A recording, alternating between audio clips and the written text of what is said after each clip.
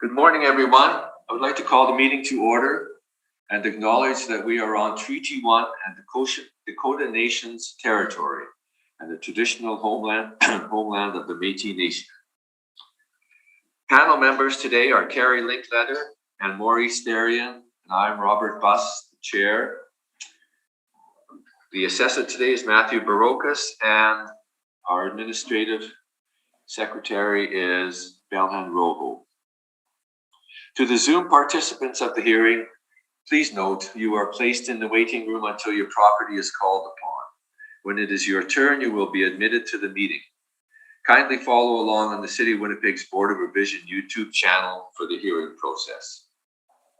Once the host admits you into the hearing, please close or mute your YouTube player. You will then be permitted to speak with respect to your property. Once your hearing has concluded, you may leave the meeting. We will be hearing applications for revision of the assessment roll in accordance with the Municipal Assessment Act. The matters for which revision is requested have been described in each application, and we will limit discussion to those matters. The statements that are made at this hearing are sworn testimony, and anyone speaking to the matters must be sworn in.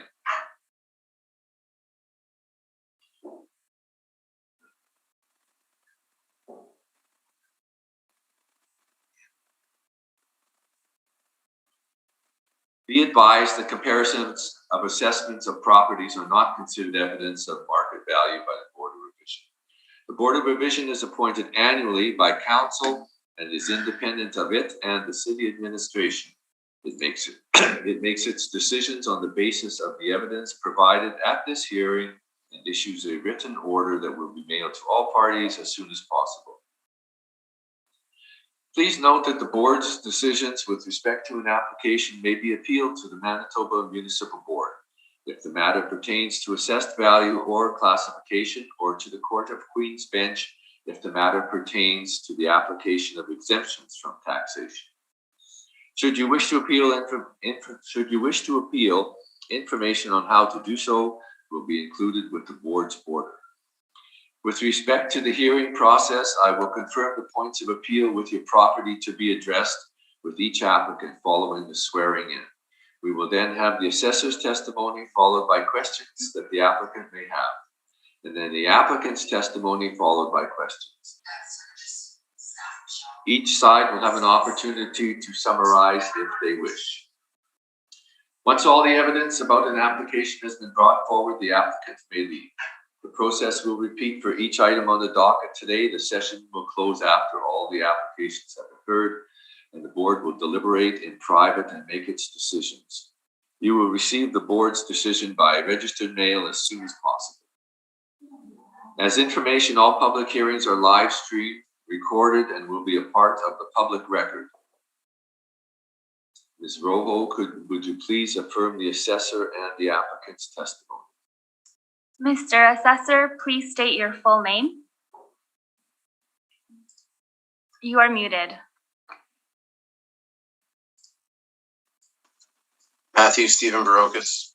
And you affirm the evidence you're about to present is the truth, the whole truth, and nothing but the truth? Yes. Thank you. Mr. Applicant, please state your full name. Marcel Navarro. And you affirm the evidence you're about to present is the truth, the whole truth, and nothing but the truth? Yes. Thank you. If I may, Mr. Chair, there is a preliminary issue. Okay. On the first property? I believe the information is on all properties, and it pertains to a chart that is on the assessor's briefs. We'll open the hearing. Okay. The first property this morning that we will hear is 145 Sage Creek Boulevard.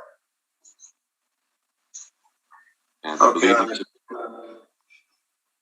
believe there's a preliminary issue that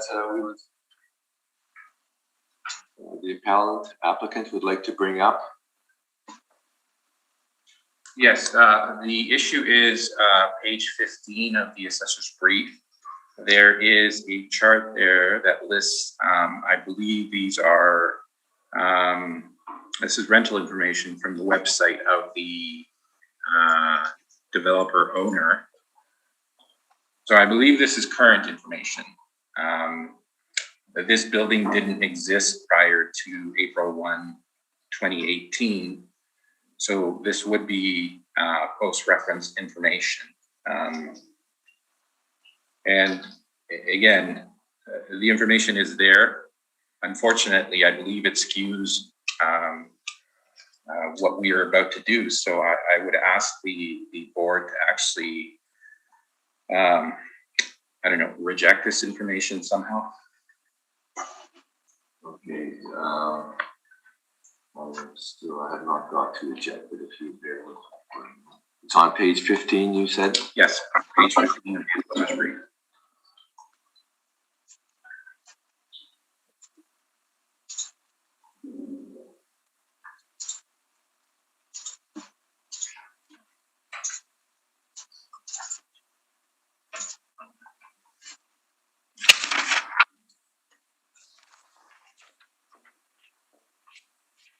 You're referring to the chart with the suites and the rent.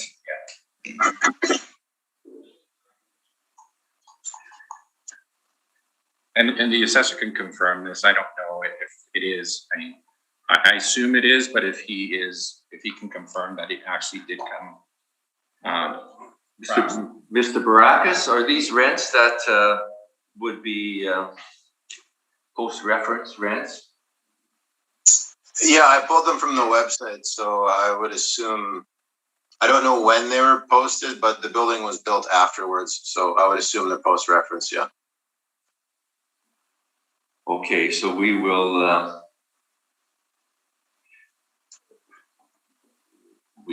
take your under advisement, and we will not use this as evidence in the hearing. Okay, I won't present it or touch on it at all in my presentation before we get to that page, so it won't be talked about. Thank you very much. Is that satisfactory with you? Yes. Very good. Okay, Mr. Barakas, I guess if you could begin with your evidence. Okay, file number 22-42, roll number 060932366600. It's 145 Sage Creek Boulevard. We've got a 2021 appeal for the assessed value of $48,141,000. It's an apartment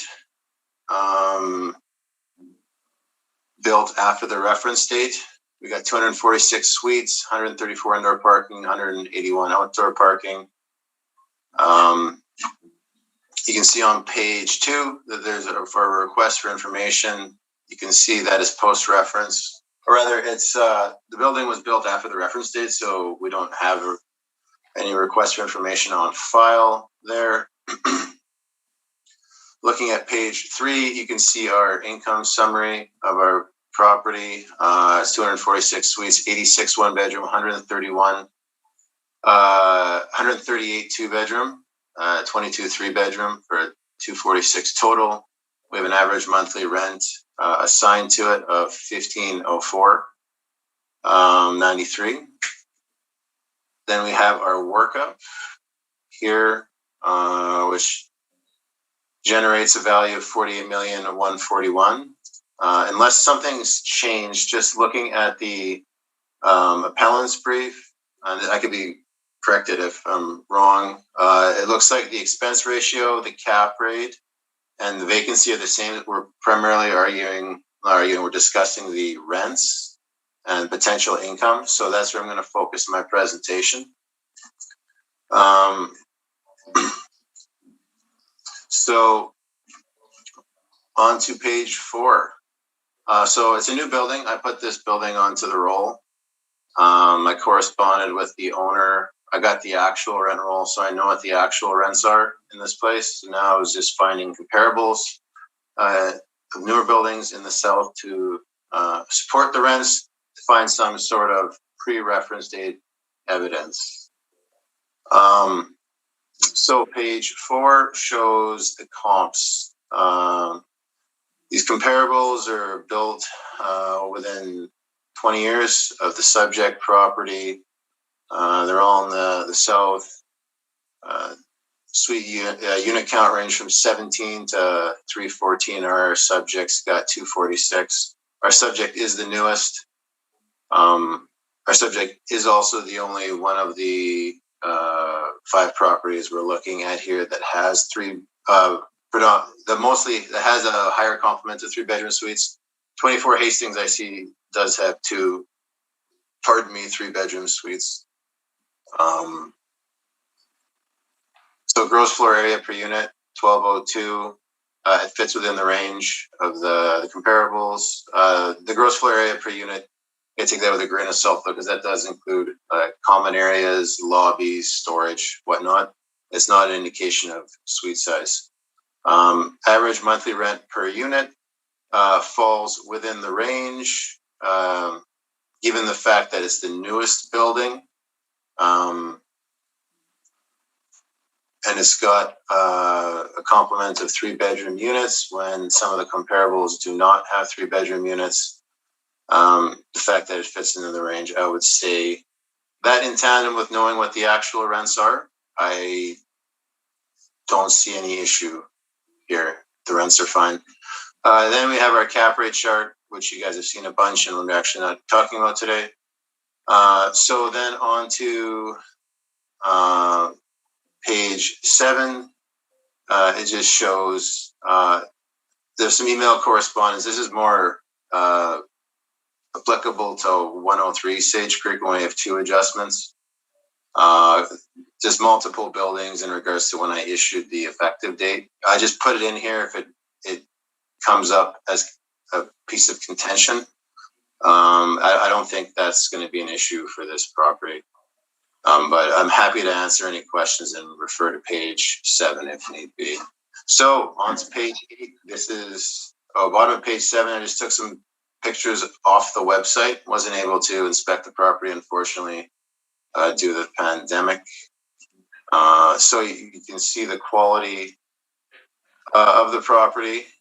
And that goes down to page 14. And then page 15 is the page with the rents from the website. The actual rents that we talked about before this hearing, so I'm not going to make reference to them. So as far as I know, this is just an issue on potential income. And yeah, that's my presentation. Thank you. Thank you very much. We'll have questions now. Mr. Navarro, do you have any questions for me? Regarding your rent, was that a modeled rent or was that something that you developed yourself? That was something I took by looking at the actuals, then factoring backwards based on market conditions.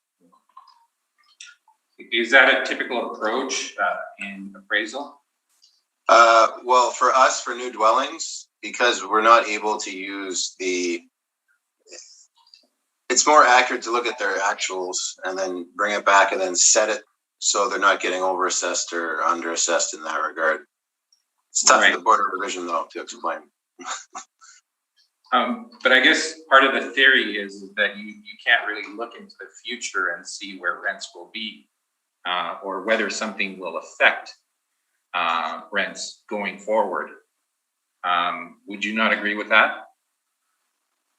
Something affecting, like, can you maybe give me an example just so? Well, if I was looking at a rent from, say, April 1, 2018, and then looking at a rent in April 1, 2021, there are probably some economic factors that would probably affect rents going forward, would there not? Could be, yeah, and then that's why I factored back using. I looked at like CMHC market increases. There's also rent control, and now I know this is a newer building and it wouldn't fall subject to rent control, but it's using rent control is kind of like a guide to see what the rental universe outside of renovation is allowed to, what the landlords are allowed to bump their rents up at, and then I use that to factor it back, taking that market data back, but it's more accurate in our experience, to do it that way than just trying to pull comps and then pretending we don't know what they're actually getting. So part of my next statement and question revolves around this idea that if you're looking at 2020 partial years and 2021, in terms of the construction costs of for a developer, those type of things would have increased during this period, would they not? I mean, we've seen it all over Canada, all over the world.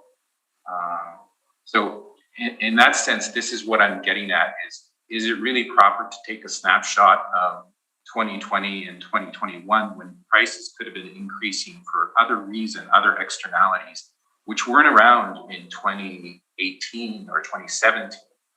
That's why I'm saying, yes, we can't really know what rents would have been like if there had been no issues, no pandemic, and we're not sure how it affected any of the pricing.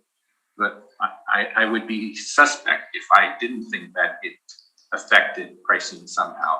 And that is why we wouldn't want to look at those at this point and reflect really on what happened before April 1, 2018. Does that make sense?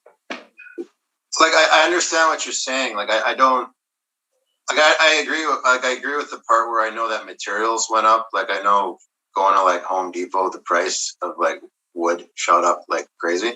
But I mean, ultimately the tenant and what the tenant is willing to pay is based on what other apartments out there are offering, other already built apartments. So when someone's looking to rent a place, they're not like, oh, well, I wonder how much it cost them to build this place. They're just like, what's the rent going to be? The comparables on page 4 also show that it fits within the range despite being the newest and having a complement of 3-bedroom units. Yeah, I don't see, it's not perfect, but I think it's a heck of a lot more accurate than just, pulling comps that, speaking for myself, I've actually been to 24 Hastings. I had a whole municipal board on it. So I've inspected that property, like roof, crawl space, in unit, everything. I definitely say, looking at the pictures, that Sage Creek is nicer. Hastings is in just north of Bishop Brandon, like in a residential area. Sage Creek Boulevard's and Hastings is surrounded by older houses. Sage Creek Boulevard is surrounded by newer houses and a newer development. Like Sobeys, Tim Hortons. It's newer. It's a nicer neighborhood. And just like using that as an example, I haven't inspected the other properties, but just even looking at the year built, I would say Sage Creek should be. It almost surprises me that it's not higher compared to the comparables. But I know what the rents are, and the comparables support what I assigned. Okay. I have some rebuttal on 145. I believe I've submitted that. I will distribute right now. Pardon me? I will distribute his rebuttal right now. Sorry, I can't hear you.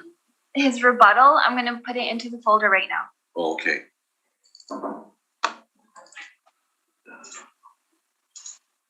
Okay, well, we'll hear your rebuttal now then. Okay. And we'll move on. Can you email it to me, please? We will hear the applicant's rebuttal. Yeah, he needs me to email it. Well,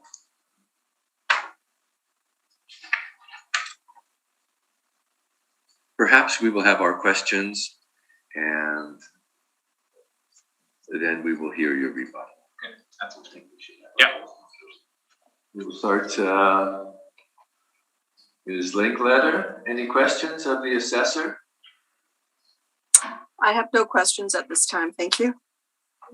Mr. Therian? Yes, I'm looking at the comparables here on page, what's the page anyway? That comparable one. Now I'm trying to compare to the subject property. Now, a couple of points. 3-bedroom rents versus 2-bedroom. Is that, would you know if that attracts quite a bit more? Because I see that the comparables have, there's only one that has 2 on Hastings and the others have none. Would you be able to give me an idea there? Because I'm trying to get the overall picture of the income here. Yeah, so when you look at like CMHC reports, they break them up by different metrics, age, area, and size. And for each of these metrics, they'll make a point of breaking up the rents from bachelor onwards up to 4-bedroom or 3-bedroom plus. I can't remember where it ends, but there's a progression throughout. You can see in the same area and under the same comparator, the rents go up almost all the time based on a 1 compared to a 2 and a 2 compared to a 3. It's more space. And I know my experience renting apartments, and that's just how it is. Landlords can ask more for a 3-bedroom compared to 2-bedroom. Yeah, okay, but I guess I was trying to get an amount to some extent, a ballpark amount of how much, because there's not that much difference here. We're trying to find out what the proper rent is. And I was trying to see if I could get a handle on that a little better. Yeah, like I don't have any sort of like mathematical factor to give you. I don't think that's even available. Okay. I see this building here, the subject, there's a lot of amenities. Do we know if the comparables have those amenities? Like I see an exercise room, I see a large family room. Can you tell me if there's any of that in the comparables? Well, I haven't inspected comparables 2, 3, and 4, but like I mentioned previously, I had a full-on municipal board hearing on 24 Hastings. So I've been in that building, and that building, while it is newer, it's just apartment suites. Okay. So you can't really confirm whether the others have amenities, because these have quite a few. Anyway, I was looking at the pictures. I'm just trying to get a handle on this. Mm-hmm. There's also 5 buildings, and the one on St. Mary's has 5 as well, but the others are quite a bit smaller. Another point I had, I'm not trying to, on the heat in rent, I see that the St. Mary's Road, which was the larger one, had the yes for rent. The heat, I meant. Is that correct? In other words, the rent on St. Mary's Road includes heat? Because it says yes. That's what we have. That's what's been recorded in our system. So that would be, as per our records, correct. Okay. So you're going up all your records. Okay, because the comparable there is 1518 and you're at 1504. So just trying to get a handle on this. I think that gives me some idea of where I was going. Thank you. Yeah, no problem. I have a question. Is the heat included in the rent in the subject properties? One moment, let me check my email history. I would be surprised. I'm not sure, I don't think so. Let me go all the way back. Sage Creek. I'm not sure if the applicant knows the answer to that question to speed things along. Well, if you don't know, we'll move on, and maybe it'll come out later. Yeah, I'll see if I can find it some time in here. Okay. Oh, hang on 1 second. what is included in the rent? Water is included in the rent, so hydro and heat are not. Okay. Should we be making any adjustments for the fact that some include the heat, or one includes the heat but the others don't? Well, I mean, like the rent is going to be, you'd think it would be a little bit higher because then where it's included, because the landlord has to absorb that cost. But given two buildings are exactly the same, the one, if as an example, the one that has the heat included, it's going to be higher rent because that cost is passed over to the landlord. So the landlord would be, I would think, asking higher to cover themselves in that regard. Okay. Okay, that's all my questions. Mr. Navarro, you could present your rebuttal now. Okay. Please. So this rebuttal pertains to 2000 Main Street and 919 St. Anne's Road. As I was, St. Mary's? yes, St. Mary's Road. So that would be comparable number 3. So in doing some research, I looked at that. So what I found out about this building, first of all, is that it's a 50+ community. So right off the bat, you're paying a premium for that. Pardon me? You're paying a premium for that. Second of all, this particular community has on-site living staff available for residents, which most type of properties don't have. Now, I don't know if this is for medical reasons or strictly for, again, as it says, comfort and security, but this is not typical of most market-built apartments. So this is geared specifically to 50+ tenants. And as I'm saying, you are paying a premium for that. The second one pertains to 919 St. Anne's Road.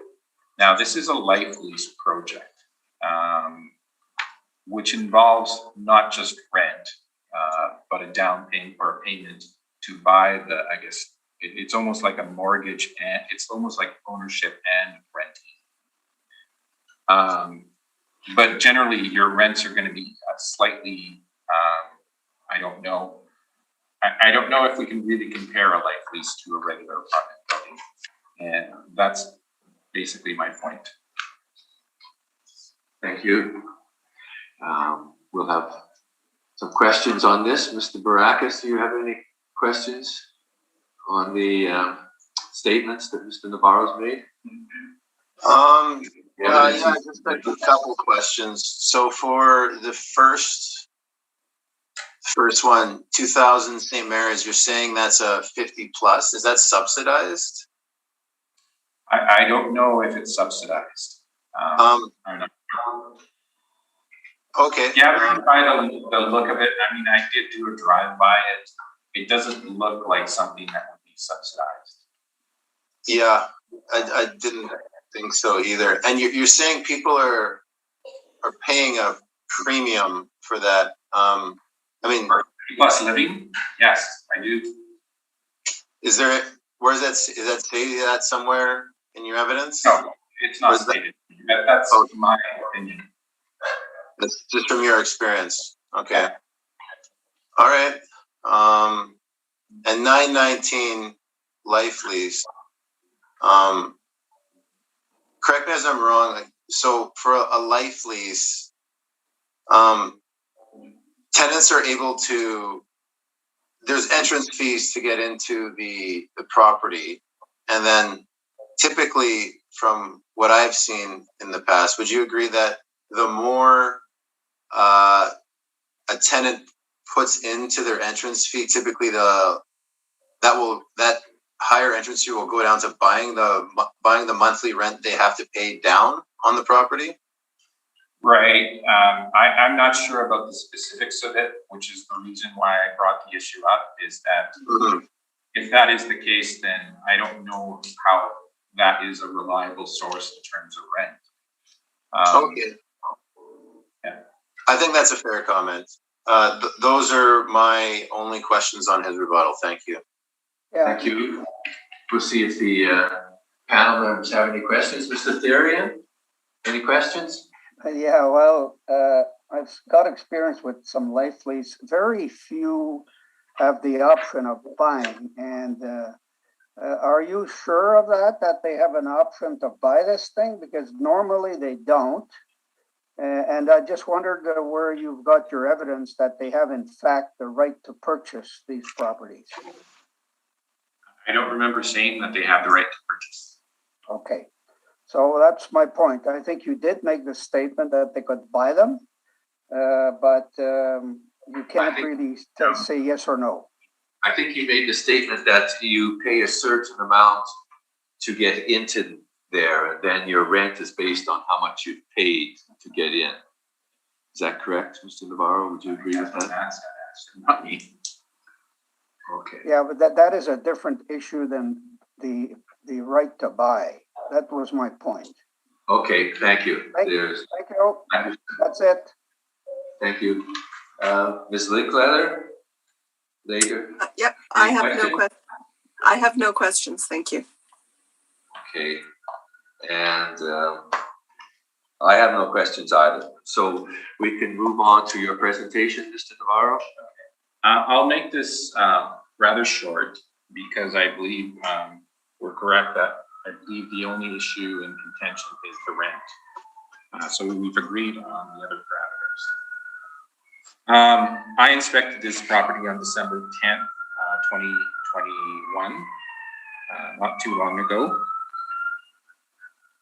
And you can see an overhead picture of its location on page, I believe it is the first page. If you turn to highest and best use, obviously it's the current use. And I'm sorry that there's no numbering on these pages. In terms of the analysis, what we're looking at specifically is the value of this property in its physical condition in 2021 with reference to the economic information on April 1, 2018. So typically we value these properties based on a site-specific basis. In this situation, because this is a new building, there's no way of doing that. So we rely strictly on market comparables. So you have here on the next page over where it says potential gross income. There is a chart there showing my comparables, 1 through 5, and all of the comparables. So in terms of the average rent of these comparables, it's $13.99. The average rent of comparables 1 through 5 is $14.61. I'll note that 204 and 216 Burning Glass are very close to the subject in that Sage Creek area. They don't offer some of the amenities that our building offers, but in terms of its location, it is very close to our property. And these are mainly southern properties: 333 Ward, 336 Ward, 785 Sterling Line, 2315 McGilvery, 2465 Main Street, and 2425 Main Street. Those two are in the north end and not as comparable to these subjects simply based on location. Now, in terms of how we developed our rent, well, we looked at the properties that I think reflect more the subject in terms of location and in terms of age. Those are the two basic parameters that we're using, are location and age. Now, in terms of suite complements, obviously comparable 1 is heavy on the 2 and low on the 1 and 3. 333 Ward is the same case. 336 Ward is 52 2-bedrooms and 8 1-bedrooms. Not much on the 3-bedrooms.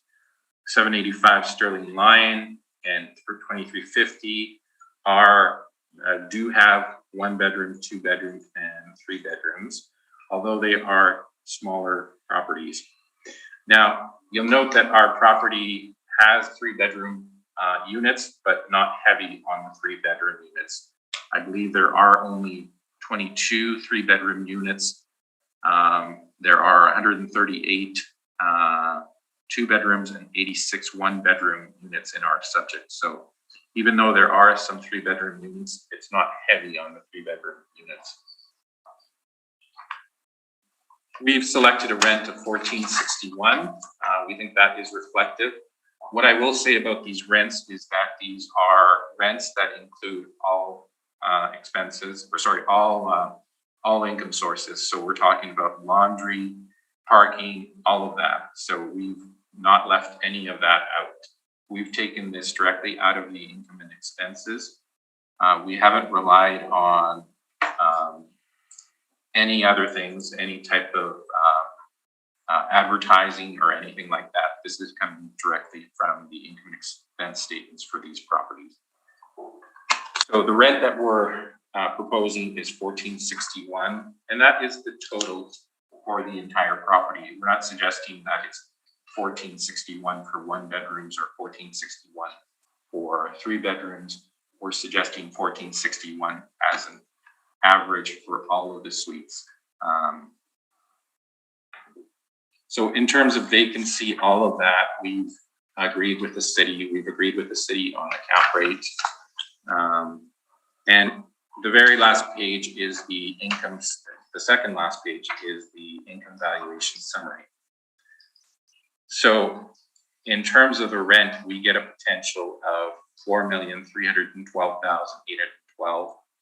We minus vacancy of 2.6%, and that gives us an effective gross of $4,200,737, to which we apply an expense ratio of 41.59% at $1,746,087, and we come up with a net operating of $2,453,651. We apply a 5.25% cap rate to that, giving us an end value of $46,736,206. And that, of course, is rounded to $46,736,000. And I'm open for questions.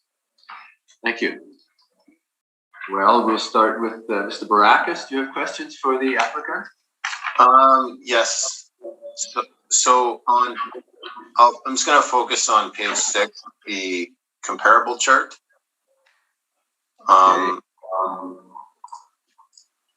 So the rent that was used, so the applicant's at $14.61 on an average rent, and we're at $15.05. We're pretty close. So looking at the comparables 1 through 5, you'd agree that the years built range from 2011 to 2015? Correct. And our subject property, you'd agree, was built 2020, 2021? Correct. So looking at the average rent you used, would operating, again, we have to operate under this, pretending like we don't know what the actual rents are. Would a purchaser not apply an upward adjustment to the $14.61 1 through 5 comparable average rent, just looking at the years built alone? I'm not sure that they would. And also on this point of this being 2020 to 2021 in terms of comparing to those other buildings, I mean, we're speaking hypothetically here, right? I think we're all under this, we're aware of this, that we're not really talking about a building today. We're talking as if this building existed in 2018, which it didn't. So hypothetically, we're looking at, that is why we're looking at comparables and not at the building today. So would they have adjusted those rents? Possibly. I don't know. I don't think they would have, but in terms of their rents at that time in 2017 or year end 2017, that would have been reflective of the market. And that is in the specific area of the subject too. I mean, I understand that Sterling Lion and Gilbury are slightly higher, but again, I tend to think that smaller buildings tend to have higher overall rents. That said, there's also the issue of the location, and there are those locational differences. Are you going to pay more to be in Sage Creek versus Sterling Lion versus McGilvery? There are rental differences. There's not one rent throughout the city. That's why we try and find comparables and then sometimes apply an average to that. Okay, I think I see what you're saying. So I think so you don't think, like, as a hypothetical, if two buildings are exactly the same and one's built in 2013 and one's built in 2020, you don't think that the tenant will pay more to live in the 2020 building with the 2020 amenities, kitchen, bathroom compared to the 2013 building? You think they would be the same rent? I agree with your point that we probably would pay more for a building that was built in 2020. If any, I don't know, because again, there is a market for renters. So given that is only, it's not a huge difference in terms of time. We're looking at a few years. So would they possibly, but at the same time, you're insinuating something that really is fact. Again, we have to go back to this point that we're imagining these rents because this building didn't exist at that time. So we can't say that it was a building built in 2020. We're just trying to say that if this building had been there in 2018, what would the rents have been? But there's a lot of things that we have to take into account when we make that argument today, because again, we did have a pandemic during that period. Prices went up on everything. Construction costs increased on everything. And the market today is not what the market was in April 1, 2018. This is why I'm trying to steer away from that argument. And we have to be quite careful because, again, I understand what you're saying. And I think if things had stayed constant, we had not had a pandemic, then we could probably rationalize what you're saying a lot easier than we would now. I think the proper thing is to look at this building as it being a new building in 2018. Is that fair? Yeah, I think that's fair. And that's what I'm trying to say. So, like, absolutely brand new building. But you mentioned 2020 a couple of times, so I think we should skip 2020. Yeah. Okay, I won't say that. I'm not going to say 2020. I'm just saying absolutely new building, market conditions, 2018, which pandemic price increases for materials has no bearing on. Right, very good. Okay. Would there be different? I guess to answer your question is there might be a very slight difference. I don't know even if, because again, there is a renter's market there, and people would probably try and stay competitive to what the market is. Mm-hmm. Okay. That's not to say, but again, these buildings are in a different class because they're attracting higher rents, right? We wouldn't look at a 40-year-old building and try and say that this is comparable to our comparables and our subject, right? There's just no difference. Mm-hmm. But we're talking about buildings that were basically built in the same era, using similar construction methods, similar materials. Some might have more amenities, yes.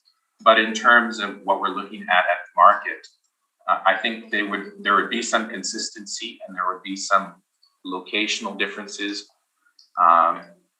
There would be some slight differences in terms of age, but I'm not sure that it would be that great. Okay, that's fine. Those are my questions. Thank you. Thank you. Carrie Linkletter, do you have any questions? I have no questions. Thank you. Maurice Therian, Mr. Questions? Yes, have you inspected any of these properties? I have not inspected them. I have driven past them to see what they look like outside, but I can't comment on the inside. Okay. Where there is information available online, I did actually look at that. And in terms of the subject, yes, I inspected the subject from bottom up. Do we know if your comparables, do they have any amenities that are similar to what's at 145 Sage Creek?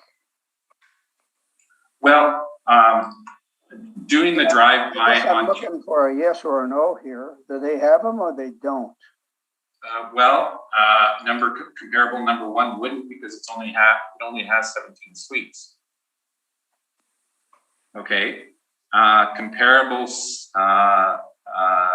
two, I can't answer. I believe it does have some amenities, but not. I'm not exactly sure. Comparable three, I believe, does have amenities that are comparable to the subject. But again, we're talking about a unit that has, these are, I believe, hot rents. And comparable number four, no, I don't know. I'm not aware of it. Okay, thank you, Mr. Chairman. Thank you. My question is, your comparable number one is in the same area, but its rent is the lowest except for 6 and 7. Of the first 5, its rent is the lowest. Any sort of, do you know of any reason for that? Well, I don't believe it has the amenities that our subject has. Okay, that's the first thing. And second of all, it's all 2-bedroom suites. Is that a negative thing to have only one type of suites? I think if you were talking about 1-bedroom and bachelors, maybe, but I think 2 bedrooms are what people look for. So it would be a positive thing to have nothing but 2 bedrooms, yes. Okay, that's all my questions. Any concluding arguments? Mr. Barakas?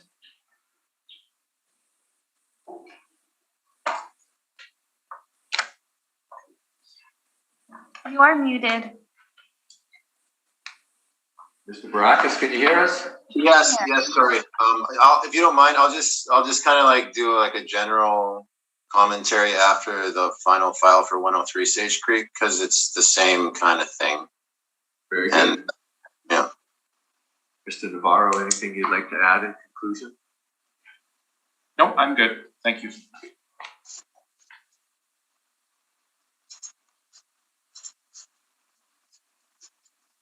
Okay, that concludes the first property. And we'll move on to 103 Sage Creek, file 21-478. Okay, 1 second. Just let me Give us a minute, yes. Give us a give it minute. a second here. 103.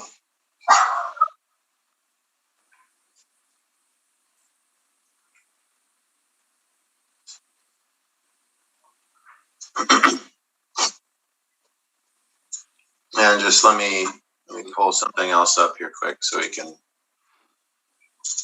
get through this as quick as possible. See where we differ. So I believe it's just city assessment. Oh, this one's okay. So 103 Sage Creek is file number 21-479, roll number 0609-323-6500. It's an apartment here in the same area of Sage Creek as the last one, $26 million, 210,000.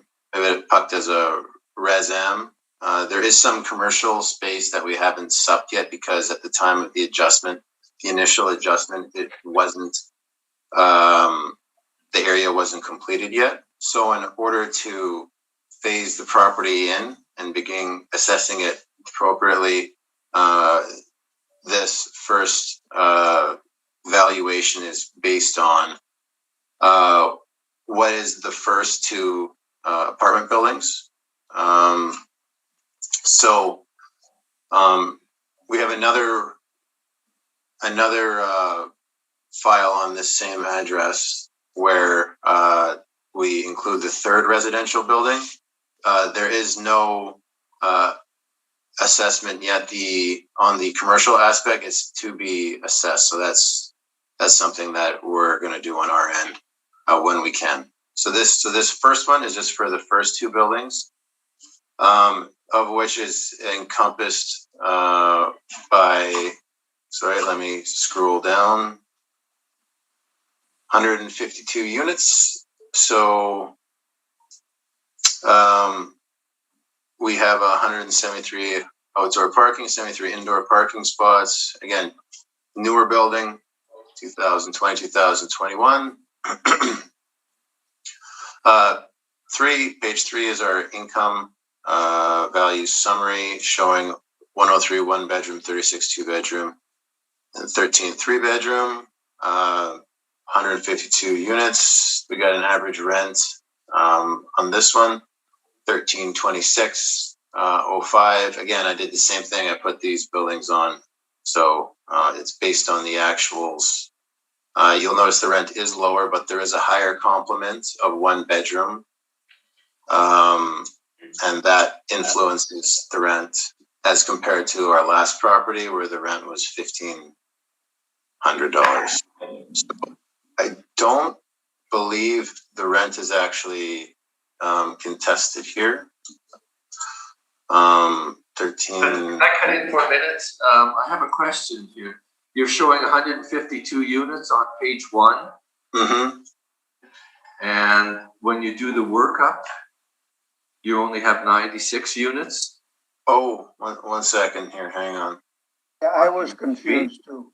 You're doing the 2021. We're working on Oh, you know what? I am. I'm sorry. So what are we doing? We're going back to the number 2?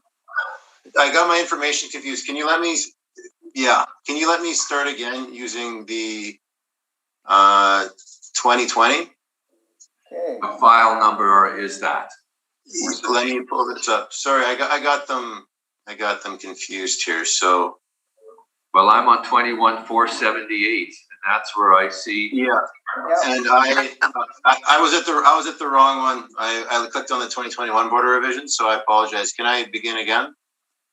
Yes, but it's the same problem. I see 152 suites on page 1 of your brief, and on page 3 of your brief, I see 96 units. Okay, so on page 1 of the brief, it should be 96 units. That part of the brief is auto-generated, and I guess between the roll years and the auto-generation aspect of our model for the brief creation, it amended it in one field but not the other. So if you could see a number of suites on page 1, it should be 96. Okay, I understand now. Carry on. Yeah, sorry, it's because there was 2 subs on this one, and that's typically not usual. So it wasn't amended. But it's 96 units.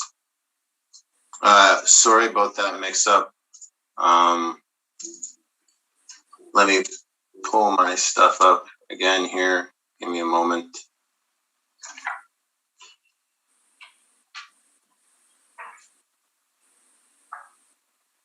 Okay, so let me start again. I apologize for that. 103 Sage Creek Boulevard for 2020, file number 21-478, roll number 0609323650 is 103 Sage Creek Boulevard. So this valuation, the $15,236,000, encompasses the first 2 residential buildings.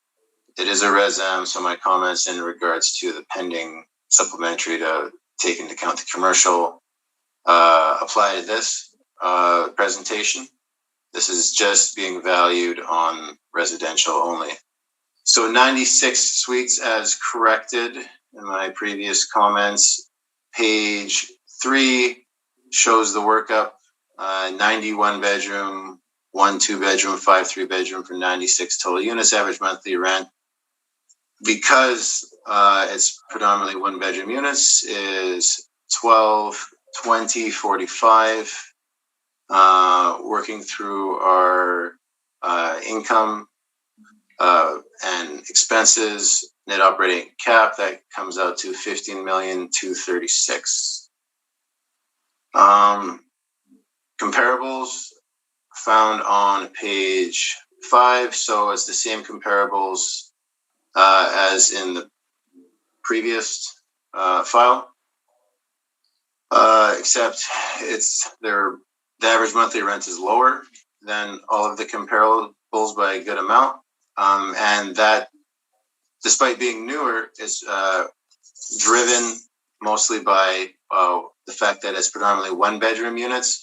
When you take a look at the comparable properties, they're mostly 2-bedroom units, apart from 2000 St. Mary's. So again, people will pay more. People need to pay more to get into a 2-bedroom unit than they do a 1-bedroom unit. So again, I came up with the rents looking at the actuals. So these rents are reflective of the actuals factored back. And then I'll go to page 8 just to give you a little breakdown here. So there are multiple buildings on the site. There's 3 apartment buildings on the site of 103 Sage Creek, and their addresses are actually 105 Sage Creek, 115 Sage Creek, and 125 Sage Creek. So this first 2020 file encompasses the completion of 105 Sage Creek and 115 Sage Creek, and they're supplemented effective July 2020. That's why the valuation and the mistaken presentation was different. So that's just correspondence I had with the property manager, just to clarify that we did phase the building in. We're not assessing all of the buildings back into 2020 when the 3rd building didn't exist.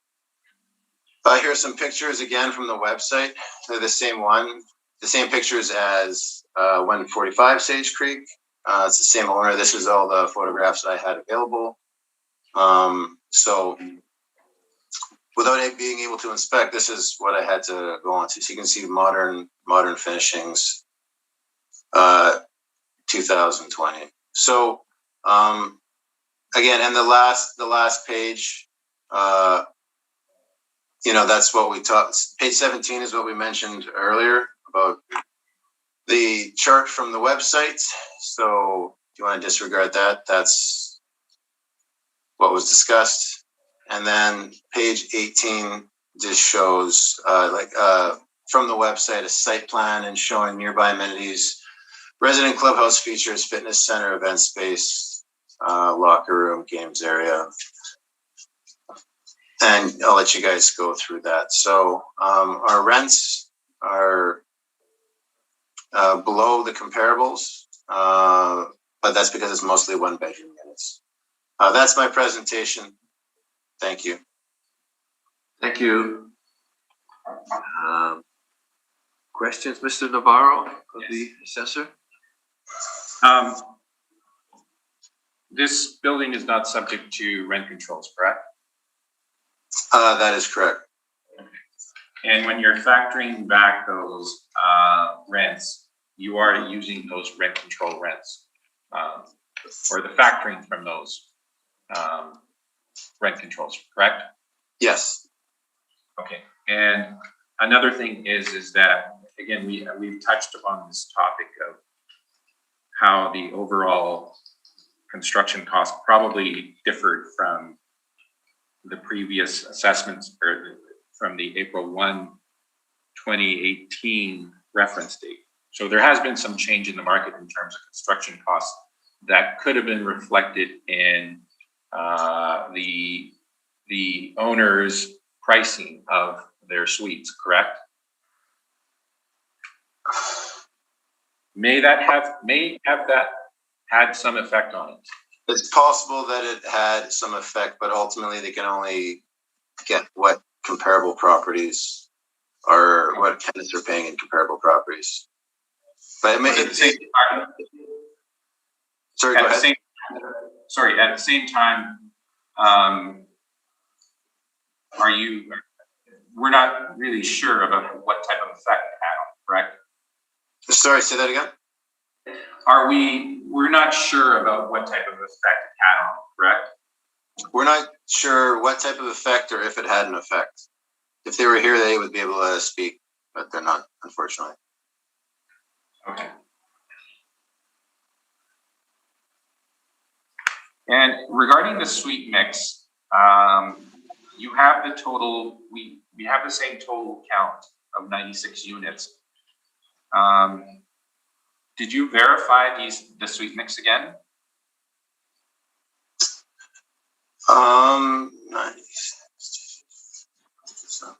Would have been taken from information from the rent roll that was provided or email correspondence from the property manager. Okay. But I just, whatever information I had is what was entered into the system. Okay. Those are my questions. Thank you. Thank you. Let's see if the panel members have any questions. Ms. Linkletter, any questions? I have no questions. Thank you. Mr. Therian, any questions? Yes, I just wanted to get confirmation. You used the same approach in setting the rents as you used at 145 Sage Creek? Yeah. At that time, that's the So information the we same have. approach. Okay. Yep. Now, I guess I'm looking at the comparables and they don't mean much to me because it's comparables for 145 Sage Creek. And when I also look at I'm sorry, I'm covering a few points here. When I'm looking at the pictures on the amenities, they all show 103 Sage Creek. So I guess I'm a little confused how this all ties in together because I'm looking at 103 Sage Creek at the moment, the two buildings. Could you maybe clarify this for me, if you could? Okay, so I mean, these properties are right next to each other. They're owned by the same owner. If you were to drive by them, you'd think they'd all be part of the same complex, but they're on two different properties. So they're being assessed on two different roll numbers.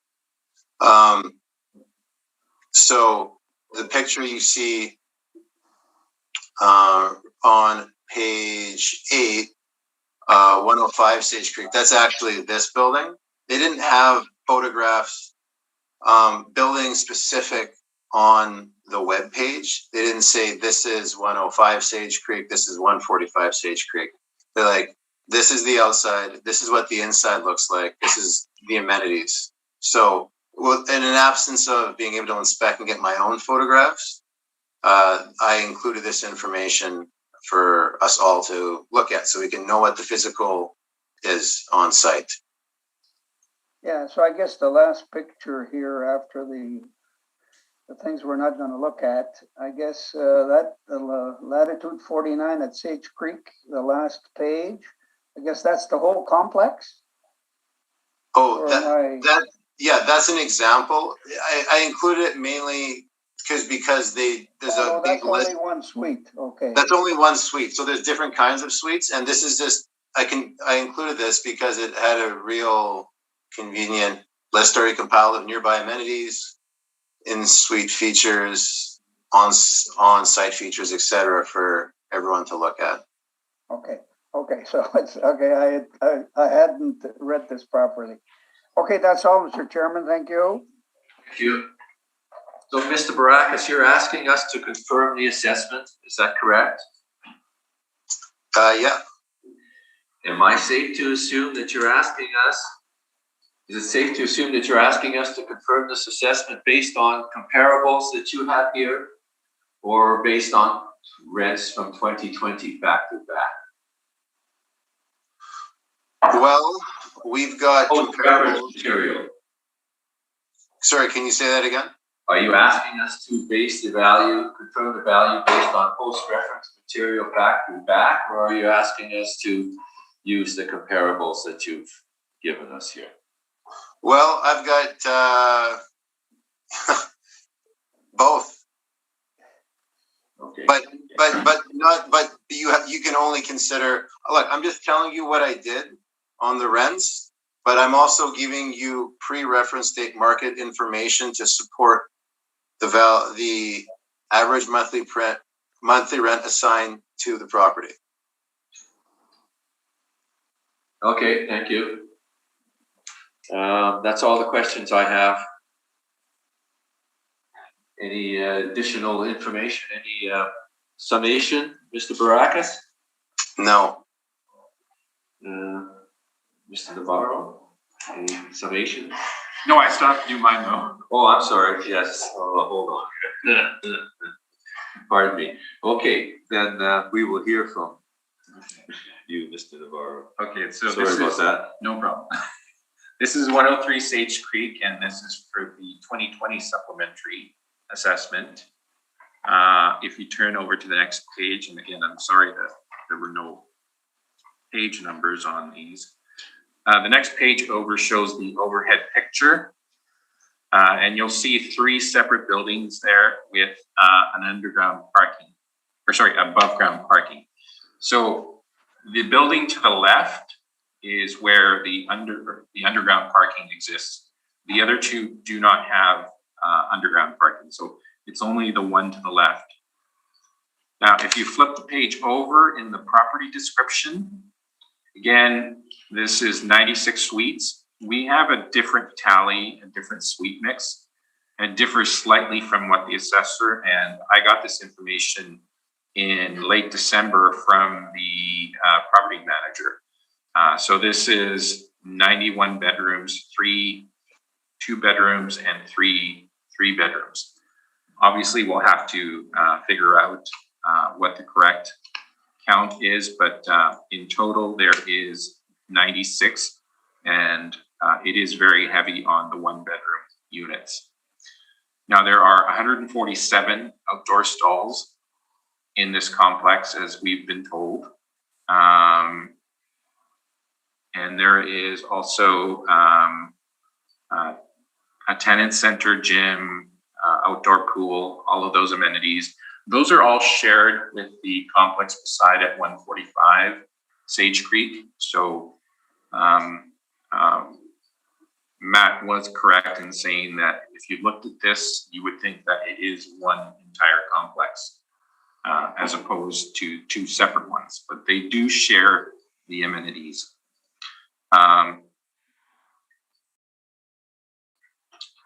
So if you look at the next page over in highest and best use, obviously it's the current use.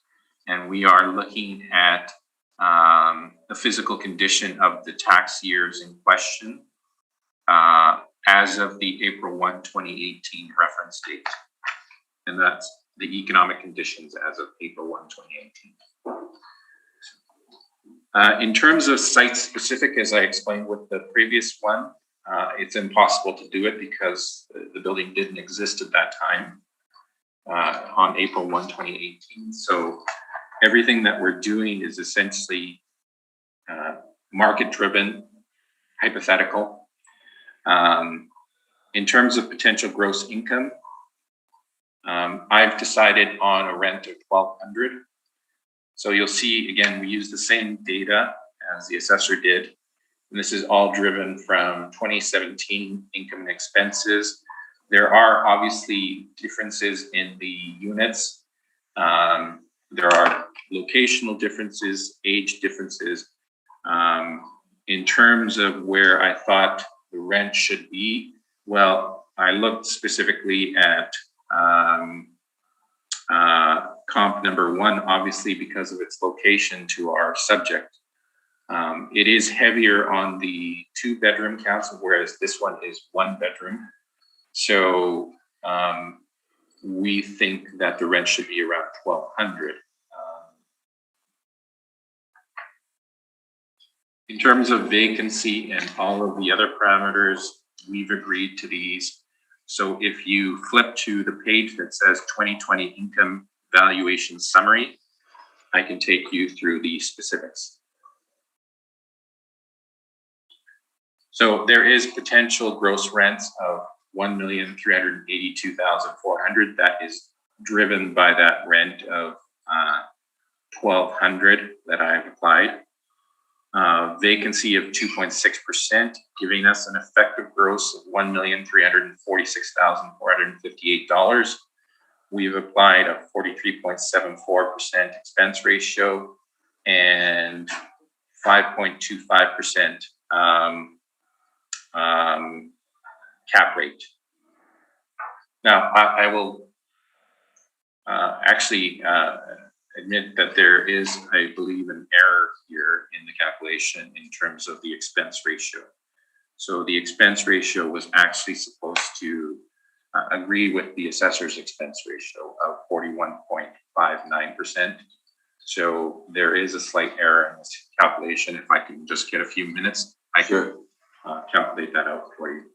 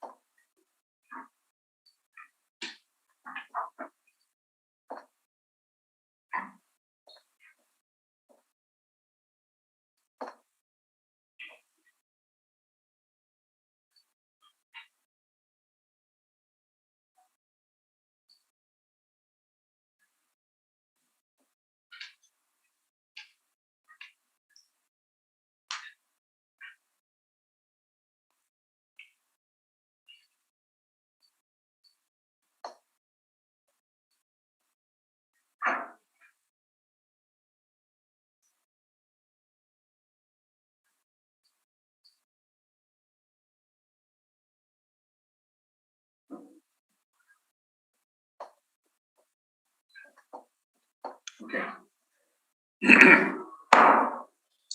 So factoring for a 41.59% expense ratio, expenses are $559,992.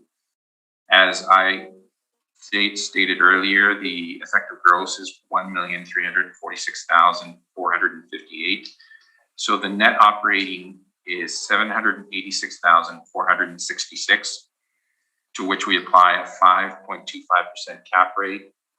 And that gives us a value of $14,980,304, or $14,980,000 rounded. Okay.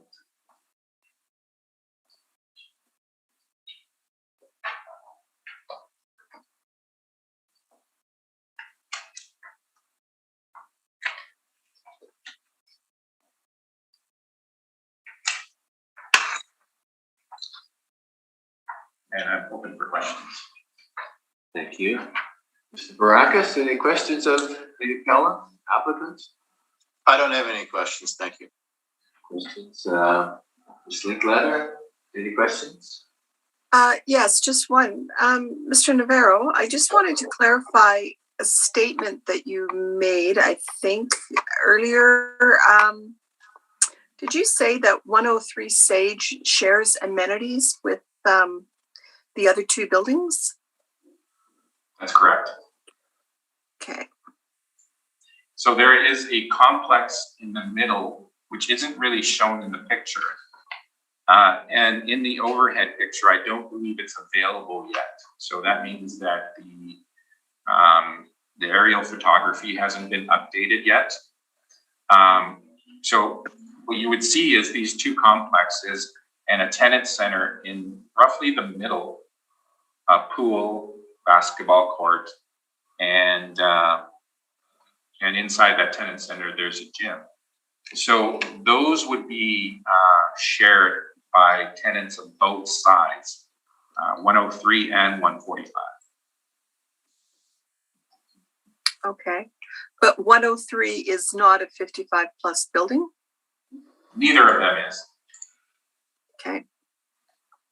And that's the point that I was trying to make in the comparables that Assessor was using.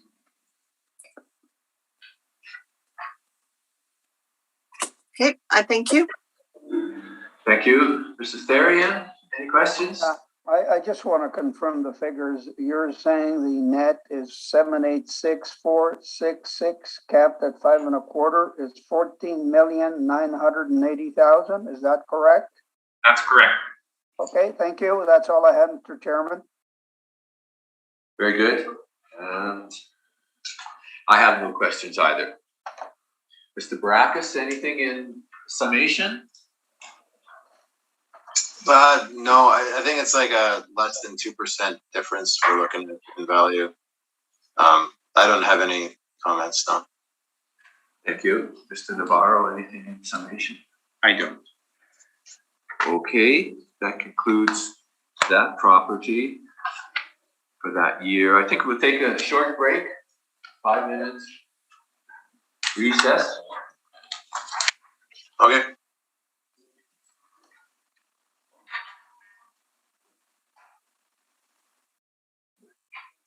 I'll call this meeting back to order. And we will continue on with number 21479, 103 Sage Creek Boulevard.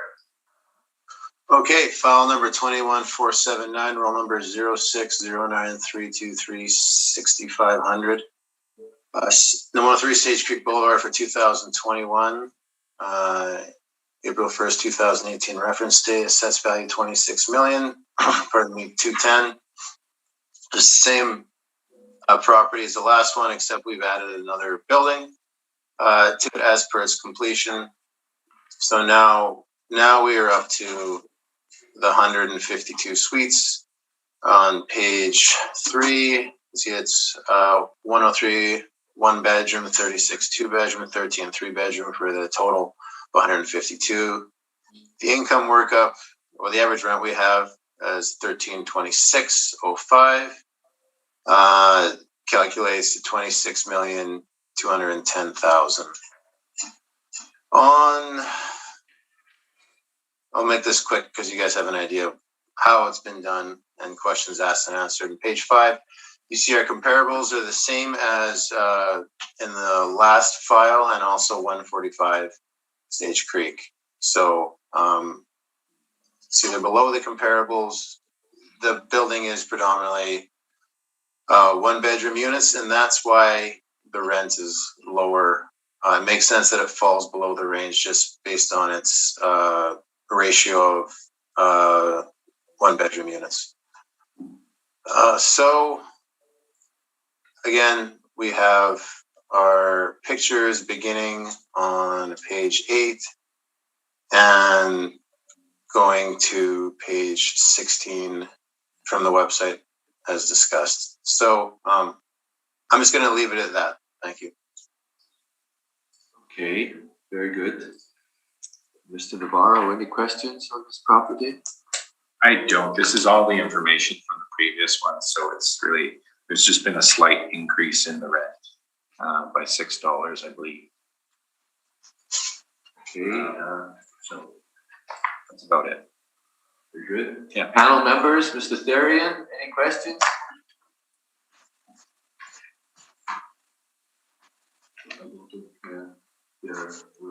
Mr. Therian? Mr. Theron, you are muted. We can't hear you. didn't want you to hear all my comments. Yeah, now we hear you. Do you have any questions? No, I'm okay, thank you. Ms. Linkletter, any questions? I have no questions, thank you. And I have no questions as well. So we'll hear from you, Mr. Navarro, on this property. So similar information from the previous, except that the suite counts have changed. So we're looking now at 103 one bedrooms, 38 two bedrooms, and 11 three bedrooms. None of that has changed, so we can just go to the potential gross income. 1,200 is what I had on the previous one. The rents have changed in terms of the suite counts. I would support a slight increase on that, seeing that it's 1,200. I could probably justify even 1,210, considering that there has been a change in the suite mix, the overall suite mix, but it's still heavy on the one bedrooms. In terms of everything else has stayed constant. So you can just turn to your 2021 income valuation. I have 2,188,000 as the potential gross. Vacancy of 2.6, effective gross of 2,131,891, expense ratio of 41.59. That is $886,653.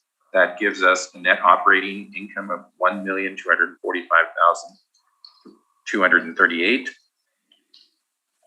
to which we apply a 5.25% cap rate, giving us an indicated market value of $23,718,814, or $23,719,000.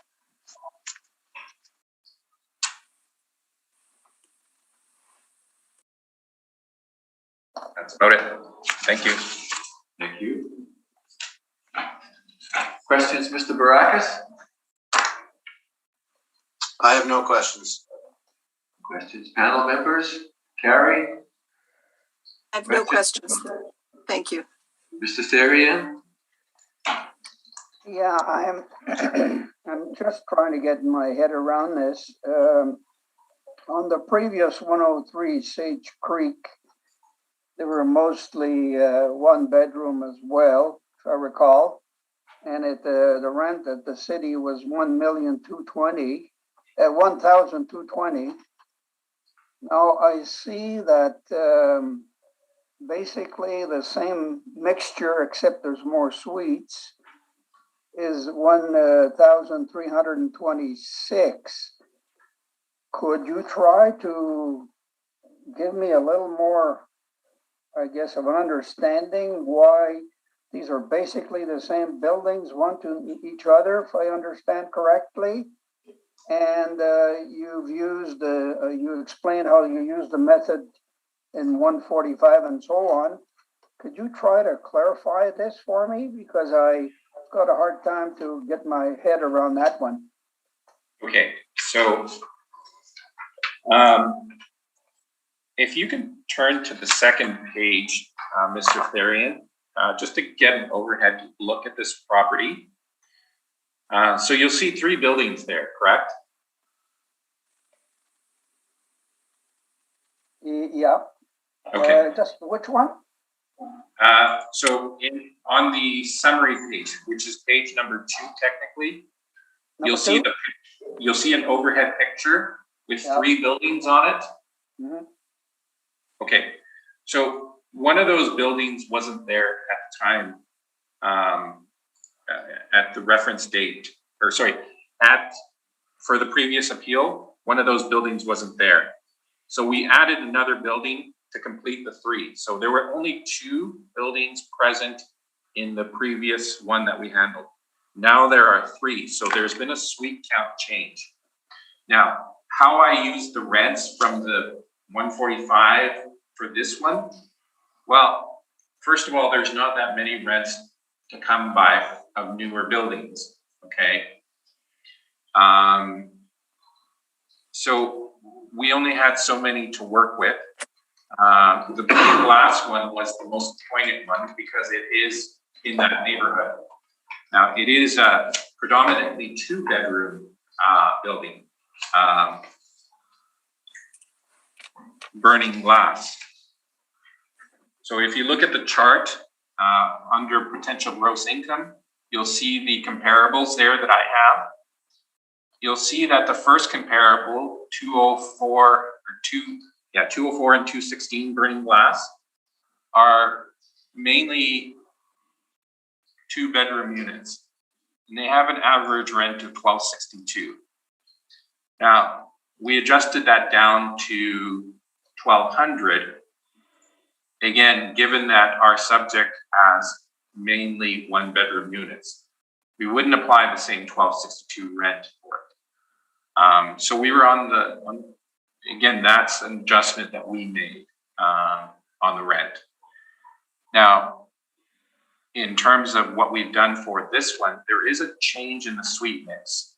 And I believe you may have heard me make the comment that I would support some type of an adjustment on the rent because there has been a change in the suite mix. So $1,200 might be too low. I could support something around $1,210. That's a $10 difference. That's about it. Does that make things clear? Is that 3 buildings there? Is that correct? Yeah, there's 3 buildings there now. Yeah, I think you had mentioned 4. I'm just trying to see. No, there's only 3 buildings. Okay, there's 3 buildings. Well, yeah. It's still a little difficult to try to see how this works out, but I guess my colleagues will help me to understand what I've missed, I guess. I'll leave it at that. Thank you. Thank you. Does it change your bottom value of 23,719 because you've so if put you forth a suite increase? Yeah. So if I go to 1210, I can actually do the math if you give me just 2 or 3 minutes. Okay. Okay.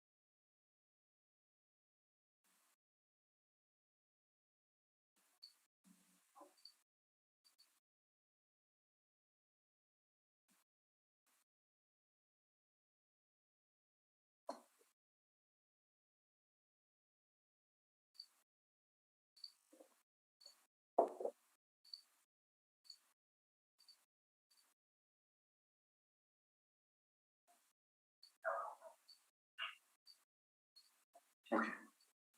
I can go through the math. So if I change the rent to 1210, that gives me a potential of $2,207,040. Well, 2 million. You'll have a 10 somewhere. It's 20 some odd million right now. So what's the figure? 20. Well, he hasn't got to the end yet. Oh, he has, I'm sorry. I missed that. I'm sorry, Mr. Chairman. No, not to worry. Okay. So again, it's 2,207,040 for the potential gross. Okay. To which I've applied a 2.6% vacancy. That is $57,383.04. That gives me an effective gross of $2,149,656.96. I've applied a 41.59% expense ratio to this. That is $894,042.33. That gives me a net operating income of $1,255,614.63, to which I've applied 5.25% cap rate, giving me an end value of $23,916,469, or $23,916,000 rounded. Okay, thank you.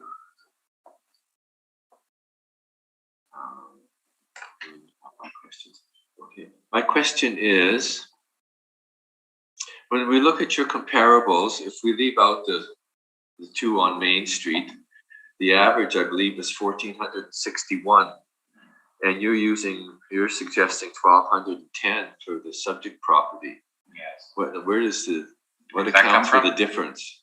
Well, so the suite mixes are different for some of the comparables. Okay. So we're trying to isolate a 1-bedroom rent. And that is the reason that we are in the 1210 neighborhood as opposed to 14, whatever. And you can see by the assessor's brief also that he's at, I believe, 1326.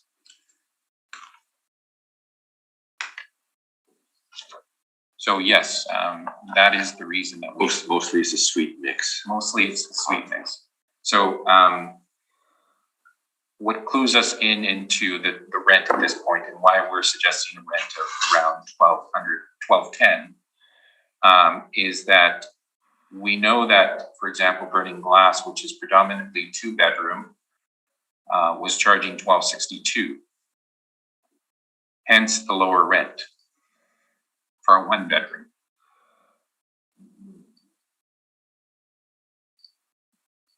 I see that. Okay, those are my questions. Mr. Barak, is anything in summation for these Sage Creek properties? Sorry, let me pull it up.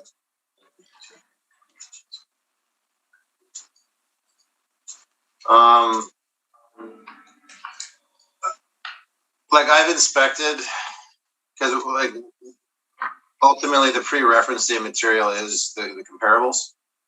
So I've inspected 24 Hastings. I know what that property is like. It doesn't have amenities like the Sage Creek property has. It's about 5 years older, so older kitchens, still new, but older kitchens, older bathroom, flooring, windows, whatnot. And they're getting an average rent of $1,489. So I think that's my best hands-on gauge of the rental market. And as such, I feel the rent assigned to the Sage Creek properties is reflective of its physical condition. I'll just leave it at that. Thank you. Mr. Navarro, any summation? In terms of what we've looked at market comparables using 2017 INEs. So we're reflecting what the market is saying. Now there are locational differences, suite mix differences, and that's where we've made our adjustments. And we think that we've made proper adjustments in terms of looking at the closest comparison, for example, Burning Glass. So in terms of what we've done, I think we're supportive of it. Very good, thank you. Okay, that concludes those properties. We will move on to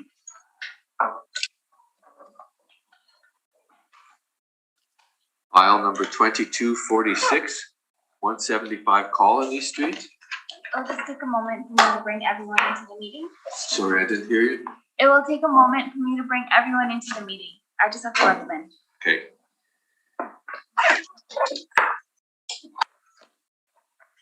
Thank you, Mr. Navarro, for the information Yeah, thank you. this morning.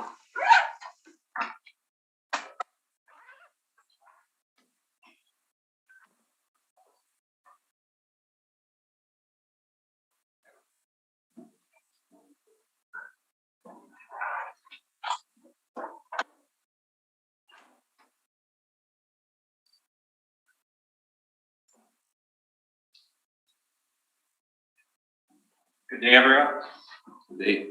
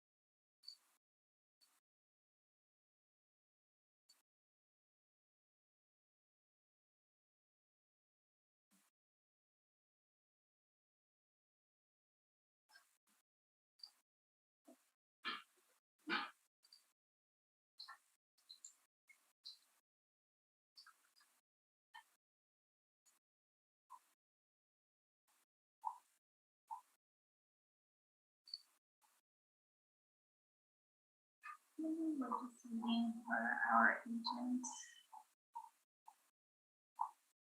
Mr. Badger, if you can hear me, please turn on your mic and your camera.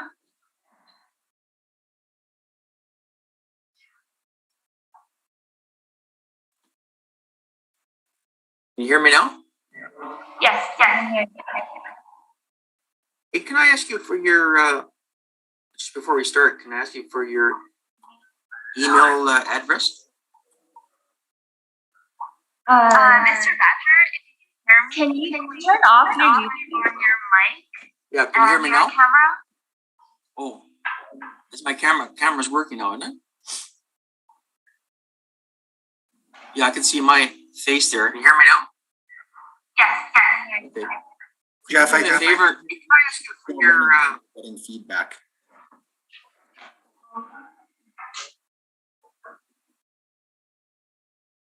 What did I mean?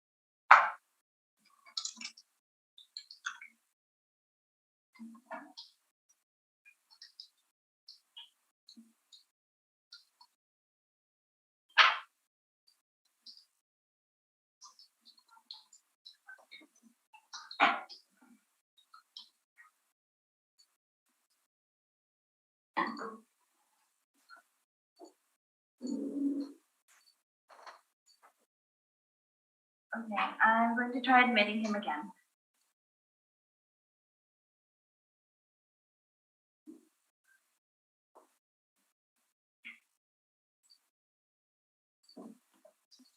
I apologize. I had the YouTube going in the background, which is causing disruption. I hope this is clearer now. Okay, yeah, it's better. No.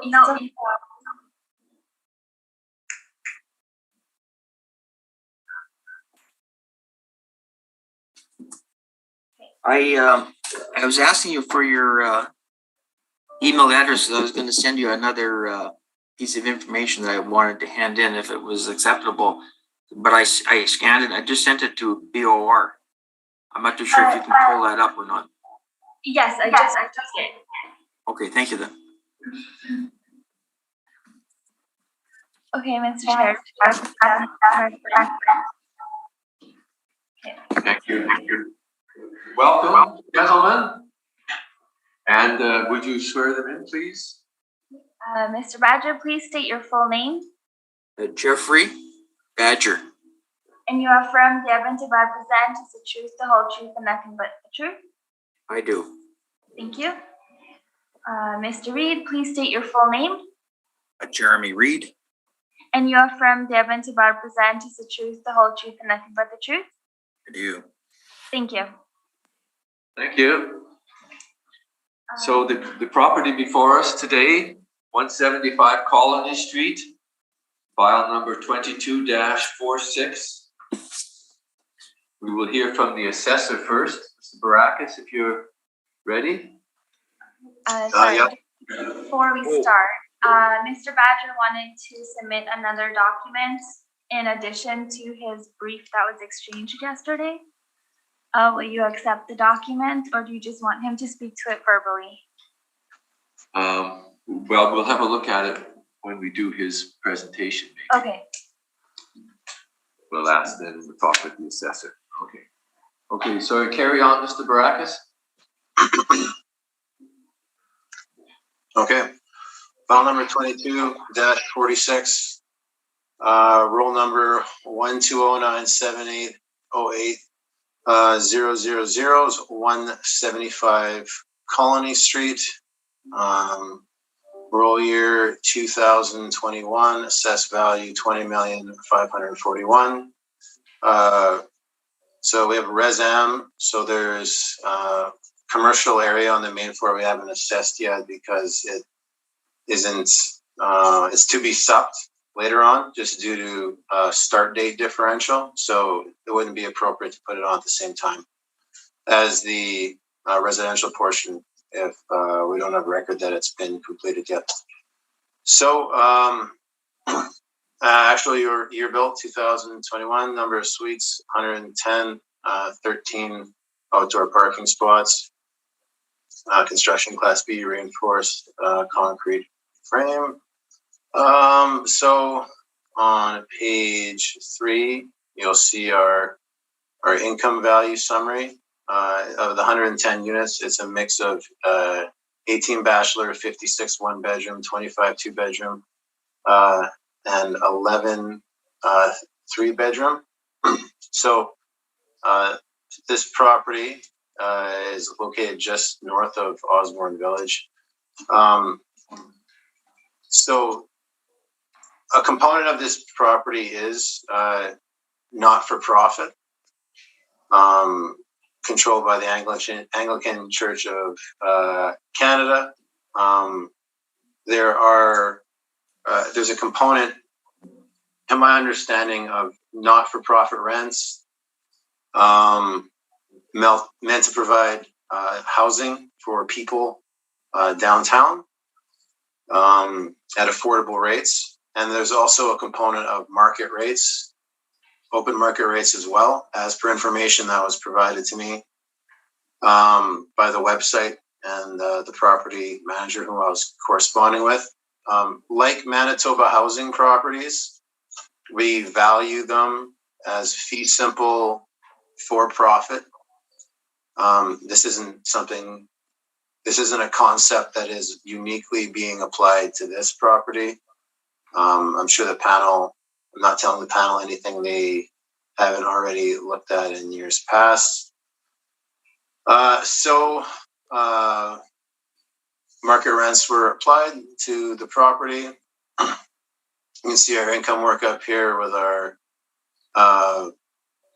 average monthly rent of $1,302, effective gross income, expense ratio, net operating income, cap rate generates 20,541,000 or 186,736 per suite.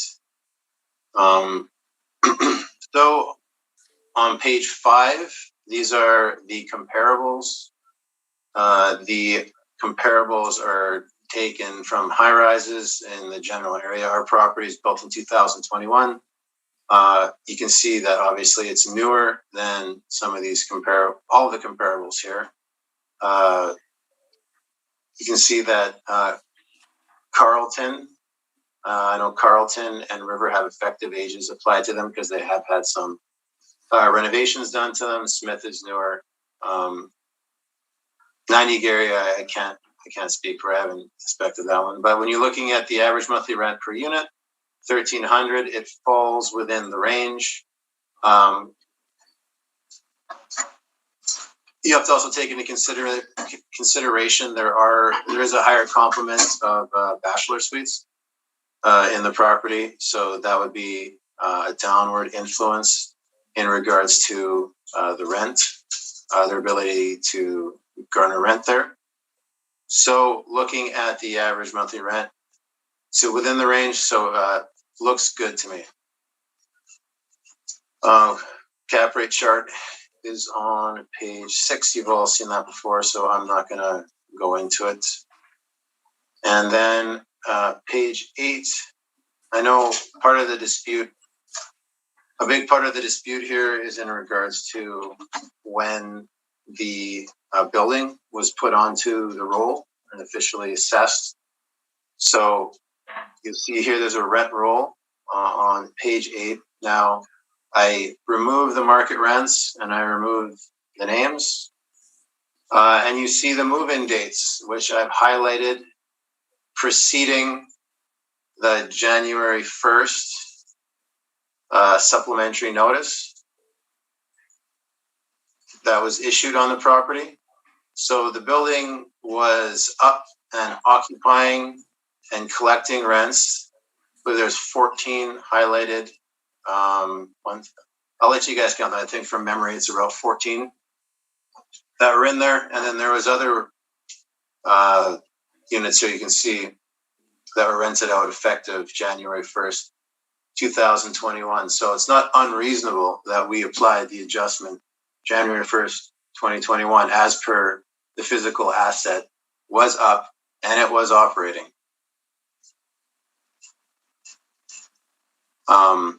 You can see in the email on page 9 that when did occupancy begin, as per correspondence with the representative from 175 Colony.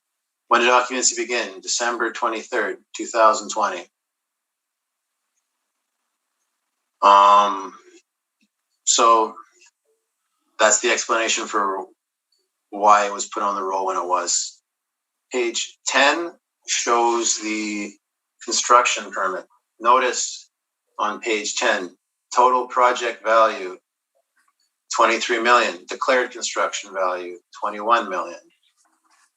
We're at 20,541,000. So we're not doing a cost approach, but that is also this document, this permit is supportive of the value that's being applied to this property. If one was to try and build this property, it would be, according to this permit, slightly above what we're assessing it for. That's irrespective of what the land value is underneath the building. So the official occupancy permit, here on page 11 that I found in our system, it was issued January 27th, 2021. But they had people in there. They were leasing it up in December. They got a bunch of people. You can check, you can reference back to page 8, showing that people were moving in the 1st of 2021, January, and before that. Also correspondence with the appellant, and I'm sure they'll get into it more. There was, and you can see, actually on page 9, sorry, go back to page 9, please.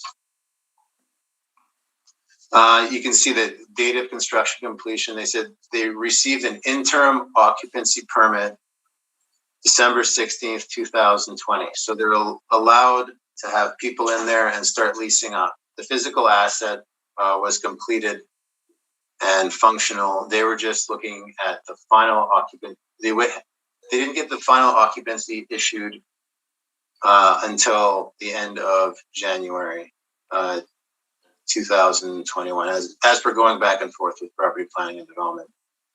So to page 12, just shows some pictures of the building.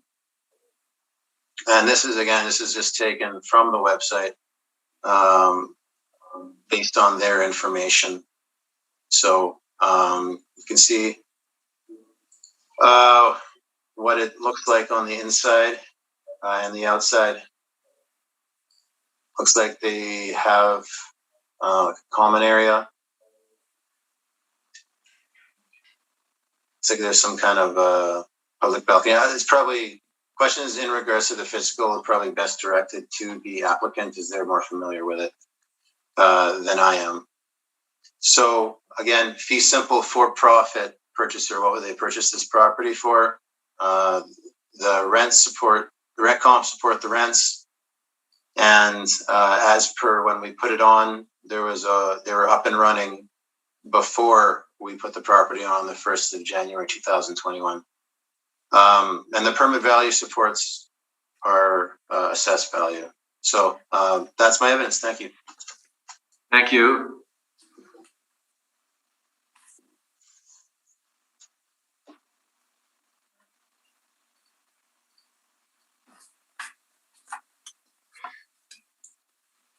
Mr. Badger, will you be asking questions, or both you and Mr. Reed asking questions?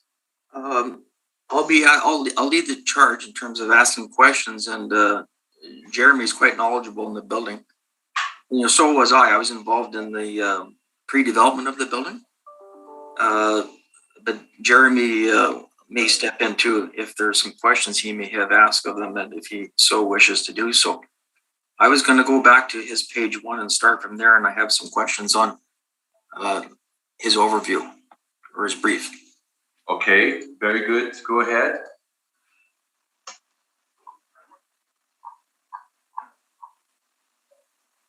I guess the very first question would be, he's assessed it as if he used the words that it was up and running in December. I guess my question is, do you know whether or not it was up and running for 100% of the suites, or was it only legally up and running for a portion of the suites? I wasn't able to inspect that property or get that information. I was going off the rent roll. It looks like the project was, as per correspondence, occupancy began December 23rd, and interim occupancy was issued December 16th, 2020. So I would say I made the judgment that it was done, and I had the evidence pointed that way. Okay. Did you receive a copy of the interim occupancy? I don't have it in my brief here, no. No, but did you, at the time, you must have reviewed it, wouldn't you? Like you would have pulled it down? No, I reviewed the rent roll, and I reviewed the information from the property manager, and saw that the building was operating prior to January 1st, 2021. I didn't go back to the first occupancy. I rolled it forward to the next month. Okay, so you made an assumption that it was 100% up and operating on the residential side. The commercial side, you did make a decision that because there's no occupancy permits for the commercial side, that you basically left the commercial component off this reassessment and come up with the I didn't have information in regards to the commercial component being physically completed. Okay.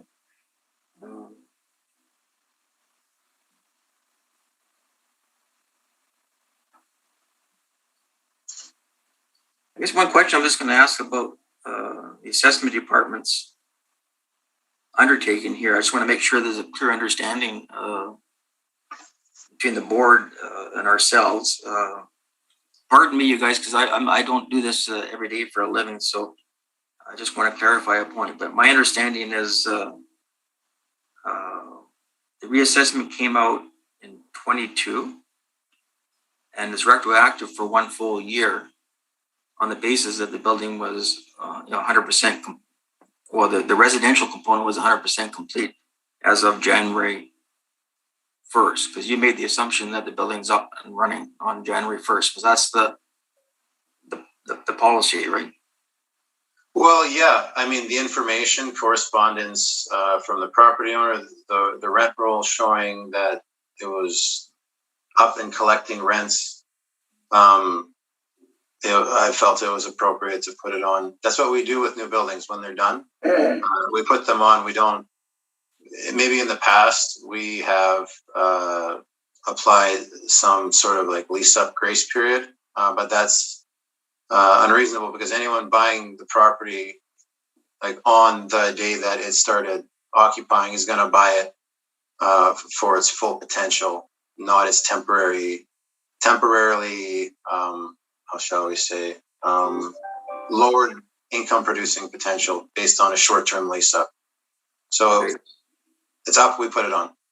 Okay, so in here, I guess this grace period that we received was between December 16th and December 31st. So the assessment department, they're basically suggesting that the grace period that we're being granted here is for like 2 weeks in the middle of Christmas time.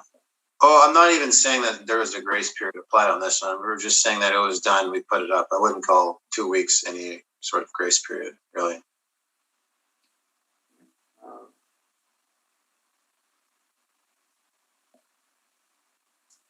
I noticed on your page 1, you have down there that there was the assessment. You said here roll number for 21. It was a 0 assessment on the property.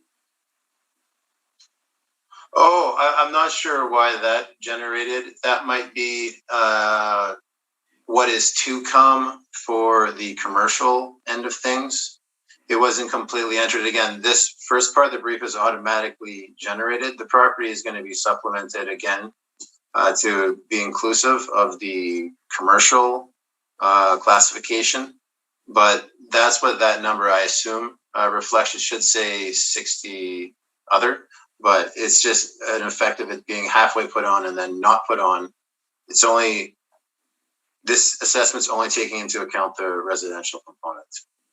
I guess what my understanding, there was a reassessment on the land based on residential use halfway through 21. So the proponent here has been paying tax based on a bump on the assessment already during 21. Well, yeah, I mean, they own the land. They would have been, if it was land only prior to the construction of the property, they were paying an assessment based on the land. But it's not reflected here. And this makes it look as if the proponent's been getting 0 tax. No. That's not at all the case. Okay, let me just go back to this grace period. On the, do you know when the land was put, when the parcel of land was created, that would stimulate the assessment departments to reassess it based on its value by itself? The property has gone through a subdivision, and so that when it's split between the church property and this property, there'd be a new a sub coming out for the land. I'm putting forth to you that the assessment department gave it almost a 2-year grace period before they came out and reassessed it, because the subdivision took place in 2017 and was registered. Okay, is that a? I guess what I'm saying for this, the statement about immediately assessing properties without a grace period, I'm challenging that. Well, no, that's not 2 years for land cases. That's not what all I'm saying. A replot split of the land is completely different than putting a new building on the roll. It's basically been a. Is this in my evidence? When the assessment came out for the land, they only recessed it back for the current year of the reassessment when it was reassessed. It didn't go back another year. Mr. Badger, we're dealing here with the 2021 rule with the building, so I don't really. No, that was the city did with the replot of land isn't relevant here. Mm-hmm.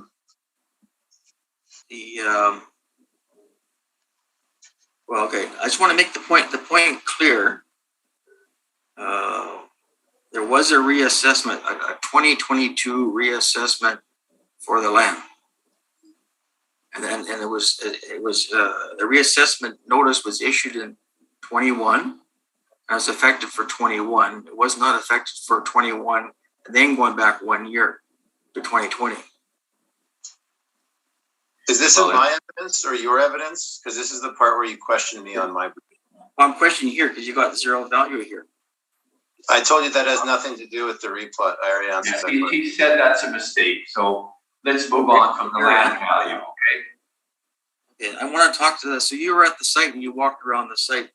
You got the No, plan. I wasn't. Pardon me? No, I wasn't. It was during You ever went to Corona. the site? Yeah, I didn't enter the site. No.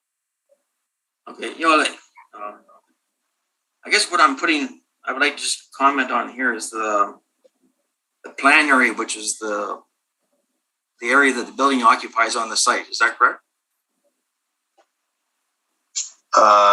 That's the plan area.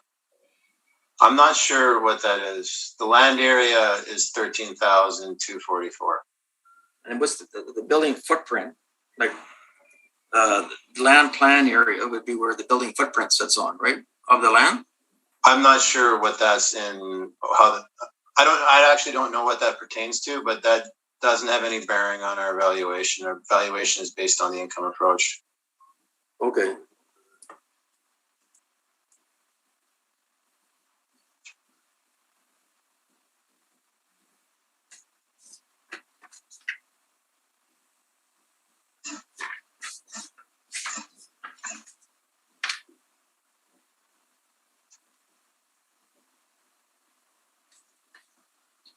On your income approach, and would you say that this particular building right now, on the income approach, we have the unit mix or the breakdown of the suites. We have 18 bachelors and 56 one-bedroom units, which represents 67% of the overall project. Would you say that that ratio is higher than a normal or a typical apartment building? I think the suite count varies from project to project, but I would agree with you if what you're insinuating is that there is a higher amount of lower bedroom count units. That would be a bit lower than typical. Mostly it's ones and twos. You don't see a lot of bachelors, but it's not like it's all bachelors. I've seen some other not-for-profits where it's almost entirely bachelors. That's not the case here. In your modeling here, because in terms of the rental rate and the average rent, it's all based on average rent. Does your model take into account the difference in the mixes in regards to typical? Well, yeah. The model takes that into account, and my comparables on page 4. And I did acknowledge that, I believe, or I should have, that the comparables, they don't have bachelor units in them. It's more ones and twos. But I mean, it's not unheard of to have more one bedrooms than 2 bedroom units. 3 of the 4 comparables are like that. This one just has bachelors along with it as well. You can kind of compare the ratio. In regards to the average rent per unit, which the model is spitting out here, that you've done all your homework, the evaluation, you're from what I'm hearing, it has not taken into account that we have a higher ratio of bachelors and ones. No, it takes that into account. That's part of, if you change the inventory in the model, then it will change the rent. Because the model recognizes differences in value, in potential rent generation between 1 bedrooms, 2 bedrooms, bachelors, etc. Okay, on I was going to talk about the capitalization rate. You're saying that the approach is to take its evaluation is based on fee simple. Yes. Okay. And the capitalization rate is assigned by the model as per age, area, and size. Okay, but then the assessment is on the user of the property, right? The assessment is on fee simple for profit. What someone buying the property and operating it on a for profit basis would buy it for.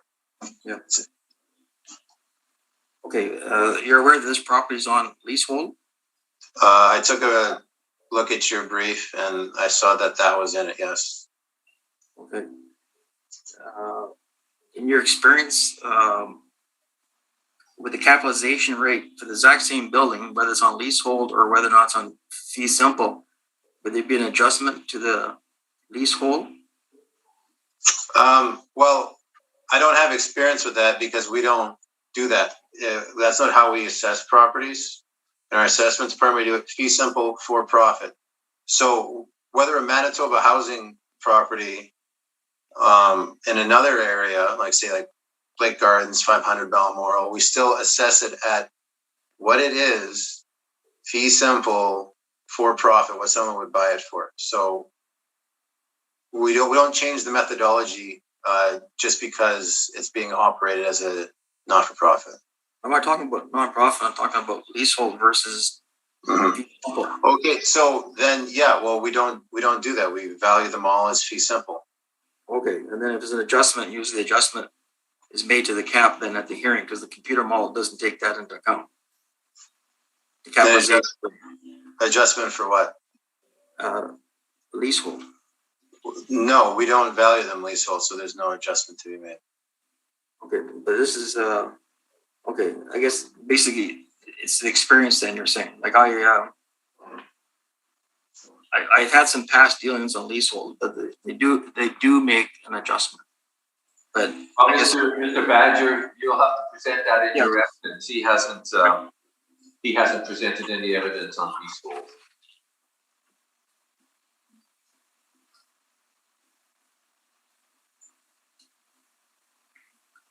And just on your, quite quickly on your rent comparables, based on your experience, and we talked about, you said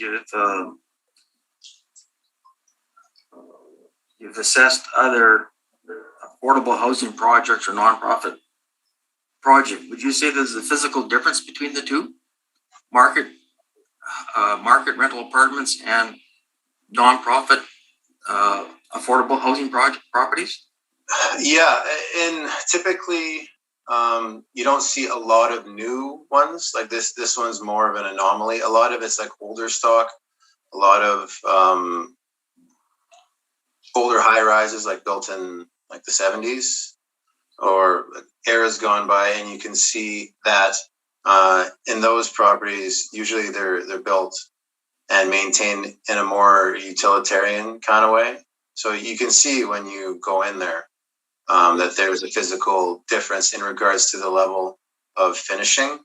That's why I included the pictures without being able to inspect, so that the panel can see exactly what the inside looks like. So in regards to the suite sizes, I know that the suite sizes typically are a little bit smaller in some of the units. The unit square footage is on page 8 if the panel wants to look at that.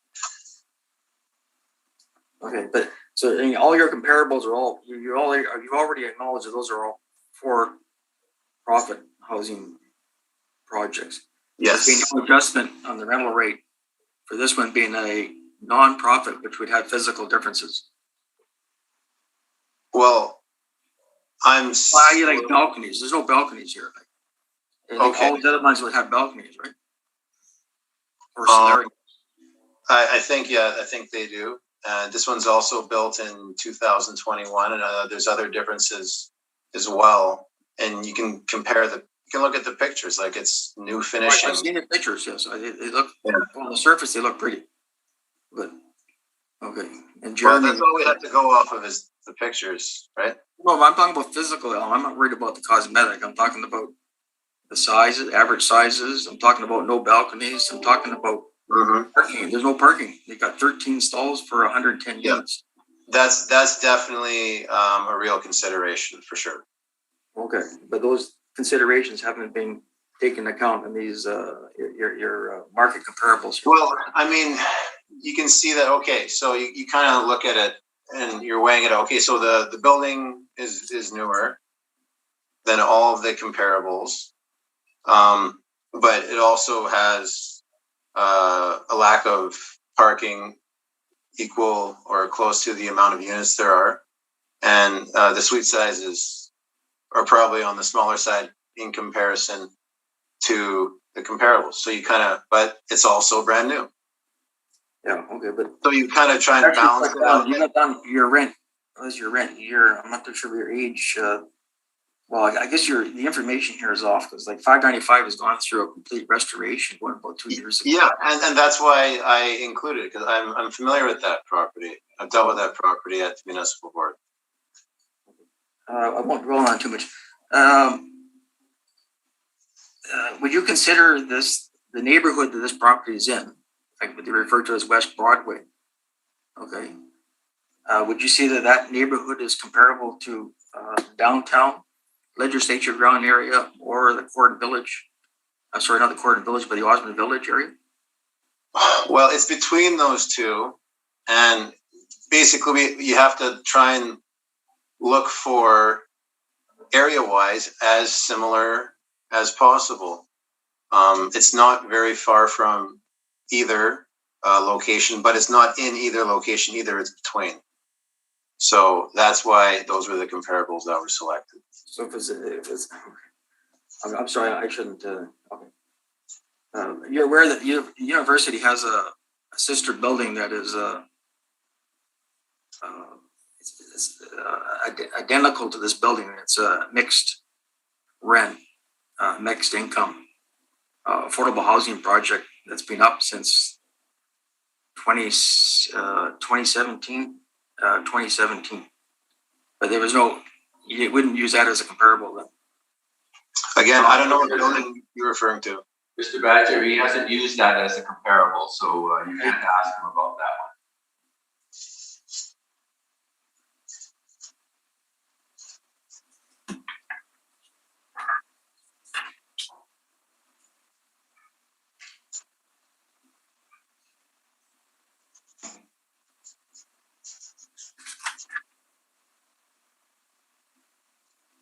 I noticed you attached some information on the page 7, talking about the Municipal Act. There's no issue here in terms of you not getting information, was there? Like the applicant, during your reassessment, they provided you with the information that you wanted, right? Yep, they were very forthcoming. That's not an issue at all.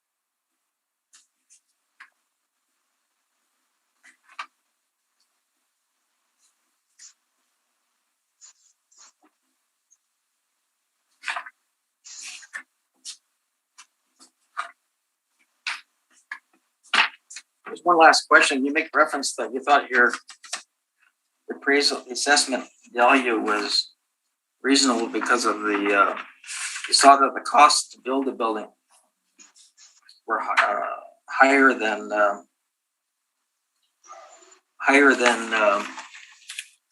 what the assessment was. Were you aware of any of the grants of this building that was given to bridge that gap?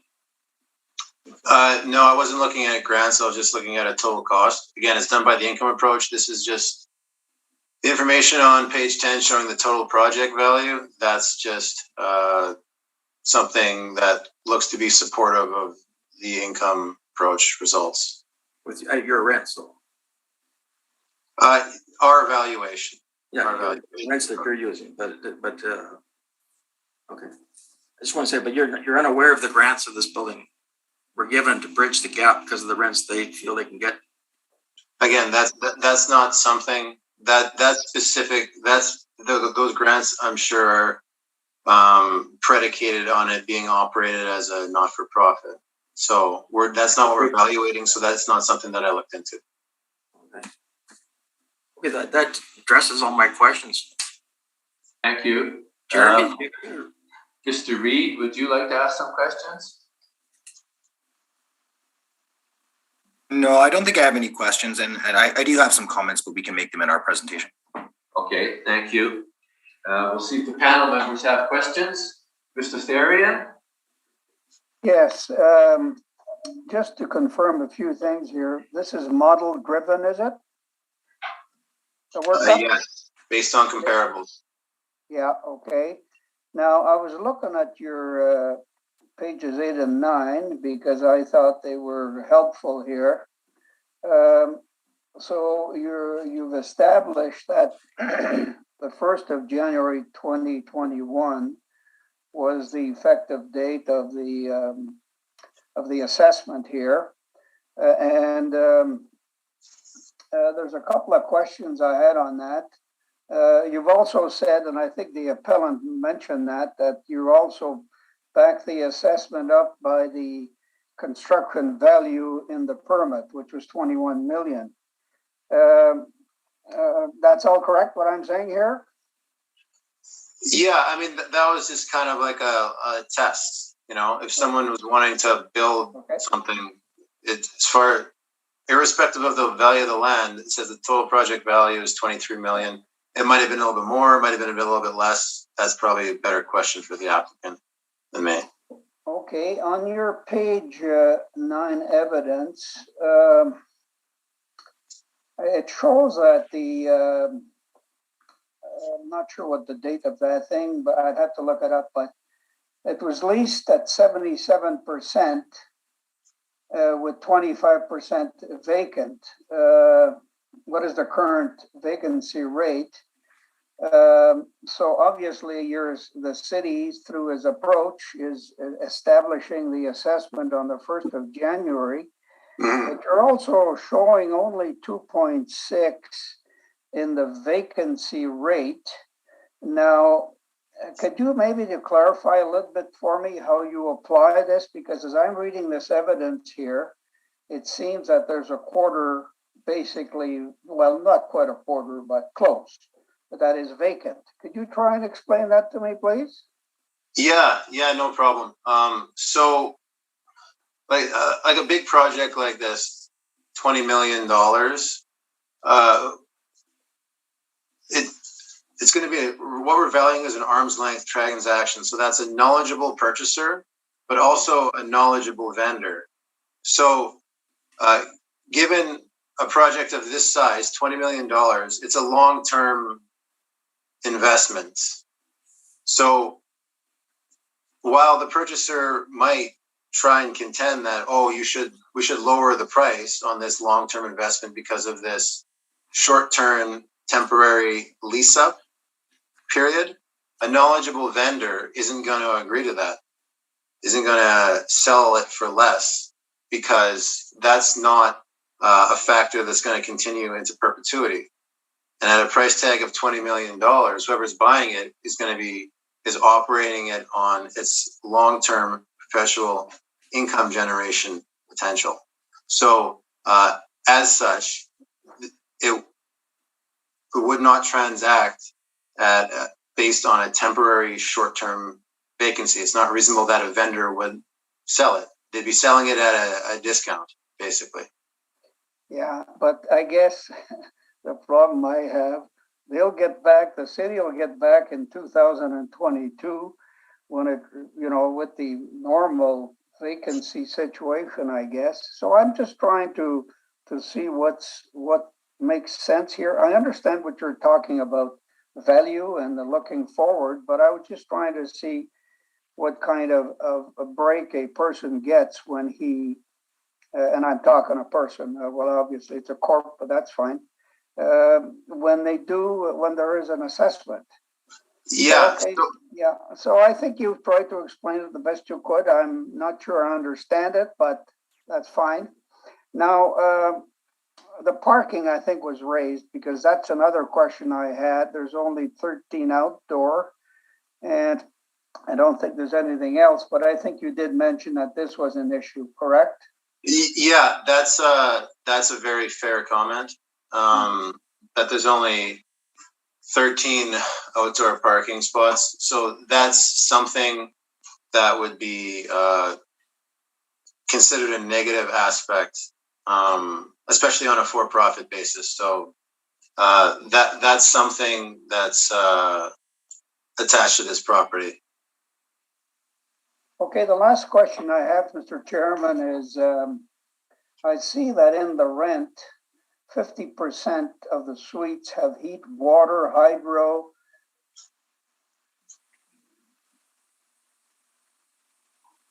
I'm just trying to get a better handle, that's all, on what this, I understand this is going to be subsidized in some manner, and there's some people probably getting meals or whatever. Could you maybe say a little more about that for me, please? As far as I can tell, and this is probably the applicant would have more information in regards to what's included in the subsidized rent. I would assume that 50% number, that would be in regards to the people that are getting help. So the subsidized rents. I would think, and I might be wrong, the applicant will be able to correct me if I am, during their presentation, I would think that the other 50 aren't. And those are the ones that are paying the market rates. Okay, so how does the city, I thought that was my last question, but how does the city and its assessment account for that subsidized portion? Maybe I'm not getting the handle on this, but that's okay. We'll find out. My colleagues will help me on this, I'm sure. Okay, that's all, Mr. Chairman. Okay, Ms. Linklater, any questions? My questions have been asked and answered. Thank you. Okay. I have a question about the occupancy, Mr. Assessor. On page 9 of your brief, you sent a letter to the owners, and they're saying it's 70% leased up at that time. That letter was sent November 18th. Is that correct? Yes, that's when she got back to me. Okay, so yeah. Or that was roughly when our correspondence was. It's from that email period. I don't know if that's to or from email. Okay. I think all my questions have been asked as well. So we will hear from the applicant now, Mr. Badger, Mr. Reed, if you'd like to make your presentation.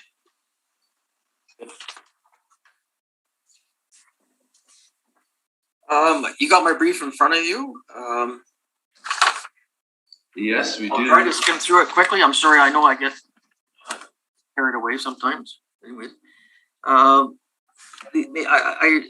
asked Jeremy to talk about the applicant. I just wanted to make sure he had an understanding of the applicant here and what it is. And I've been talking about the leasehold title that this building sits on. So I think I'll let him explain who has the leasehold rights, and it's the leaseholder because they're the occupant who's being assessed. So Jeremy, I'll let you just mention how it was organized. Yeah, sure. So I'll just speak to the partnership here. So this is a joint venture nonprofit ownership structure with 51% of the units being at 80% of the CMHC's median market rent. So somewhere between social housing and affordable housing if you used a provincial measure. It's a federally supported program through the National Housing Co-Investment Program. And there's another 37 market units that are actually also income tested at a 10% discount against market for median household incomes. So we'll call it lower middle class accessible market rates. And then there are a few, about a dozen, 15, I guess, what we call premium market rates that with no discount that way, and a couple of luxury suites that look at the ledge and have their own private terrace. We take advantage of the cutaways to generate revenue to support the affordable housing.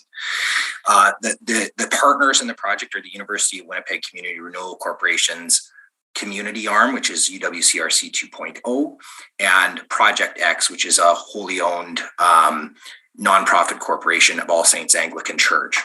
The joint venturers have leased this land on a 60-year basis from the Anglican Church of Canada. The property prior to the development had a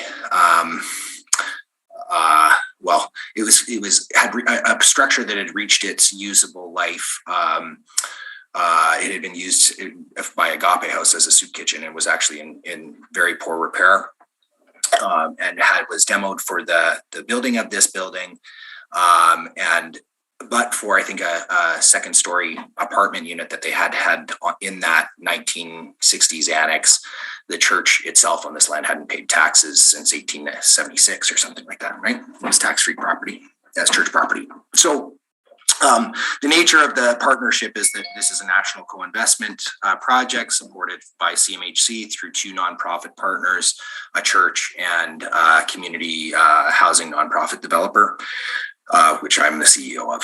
And so that's the overall structure. I think, Jeff, that's what you wanted me to speak to, or is there something? I just want to make it clear. There was a statement by the assessor that there was a belief that UWCRC was a for-profit. Yeah, the structure, the National Housing Structure and Program actually encourages mixed income housing, right? So this is not a, like you would see in, say, Manitoba housing, where you have a structure that gets an annual subsidy from the province to make up the difference between affordable and market rents. That's not the structure here. We have no subsidies for our ongoing operations in that manner. Yeah, no, I guess, but I was just trying to say that the two proponents to the joint venture are both nonprofits. Correct. Yeah, I just want to make sure that there. Okay. It's going to carry on with it. So the years appealed are 21 and 22, which arose out of the reassessment notice that we received in the early part of this year.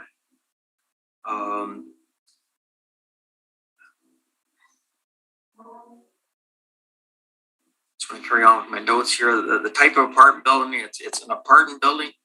We consider it as apartment buildings under initial lease up. I know there was a lot of discussion about the city in assessing it, especially when they went back to the effective reassessment went back to January 1st of 20, when it was only we only had about I think about 10 or 15 people living in the building, that they have to try to assess it on the basis that they'll take a guess at whether or not this thing's going to be achievable or not. If a person was going to be buying it when the building was basically that far empty, there would be a discount on the valuation based on the lease-up risk. It's a lease-up risk right now that we're really experiencing, and so it's a definite risk, and it's something that should have been taken into account in terms of the valuation. We're under. Our two arguments in the appeal, we're appealing both the assessed value and also the liability. Now, the liability side here, the assessment took effect on January 1st, 2020. At that particular time, we weren't legally allowed, because there was no permit for the floors from the 8th floor up to the top of the roof.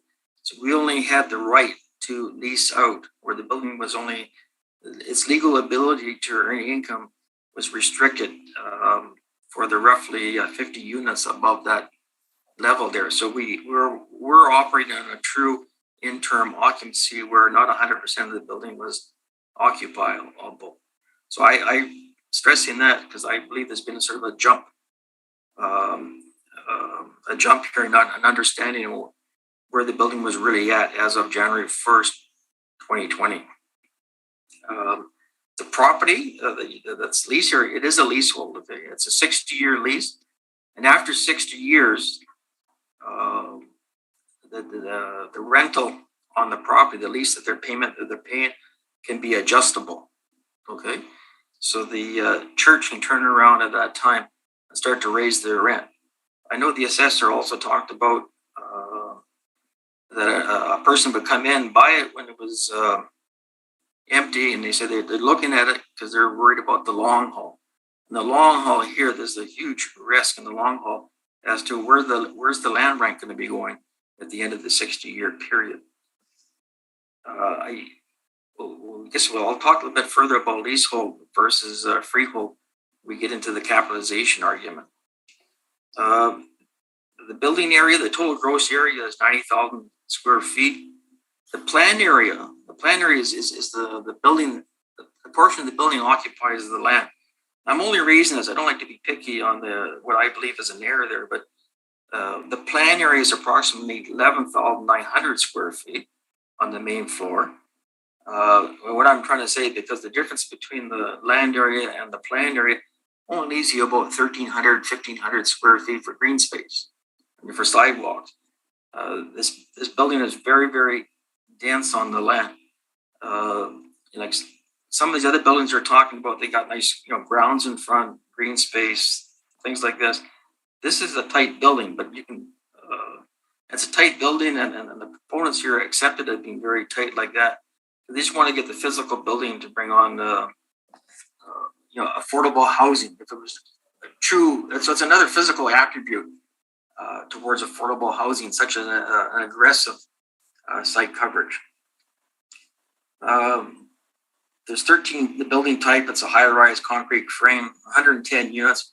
There is some commercial units that are going to are now on stream, and there will probably be a supplemental coming out to encapsulate the value of the commercial component. But there's only 13 stalls on the overall building. I just want to run through, you see on my points here, the interim residential occupancy, we received it on December 16th. That's only floors from 1 through to 6. I was hoping today that I had sent in the information I sent in this morning to distribute is a copy of that interim occupancy permit, so you'd have legal proof. For what I'm seeing here is accurate, that there's only 60 units can be occupied as of December 16th. Okay, we couldn't occupy the rest of them. The final occupancy where they allowed the rest of the building to be leased, the higher floors, didn't come into account until January 27th of 21. I did, for reference sake, you'll see that the first commercial unit came on stream at the end of 2021. The zoning here, the only comment I want to make, we are in the downtown. We're considered part of the downtown. That's a zoning line, okay? I would say that in this particular property sits right on the edge of the zoning line. I think Jerry had mentioned that prior to this building going up, it used to be a soup kitchen to service the people living in those streets around there, okay? So the only reason I'm sort of harping a little bit on this is a totally different, it used to be a soup kitchen to service the area there because of the character of the streets right in behind us, just across the street, and you start going across, heading west in there. It's in the West Broadway area that, unfortunately, it's not the university been trying hard on building in there to try to recreate and rejuvenate the area, but it still is not an area that is competitive from a market point of view to the River Osborne area where the comparable was, nor all those other downtown projects, okay? But we get encapsulated in that in terms of this, the appraisal model, because it does sit in this particular area, but it sits in there by about 100 or 200 feet. The valuation year of 2018, the assessment they came out with is $20,500,000. I'm raising here that the building the property there did go through that reassessment back in 2021 as a result of the activities of the parcel of land being created back in 2017 or 2018. I'm proposing that's like an example of the city giving people this so-called grace period. I know they don't have in their policy, they don't have a thing saying how much grace we should give, but in practice, the city always allows time differential before they impose any sort of changes in the reassessments.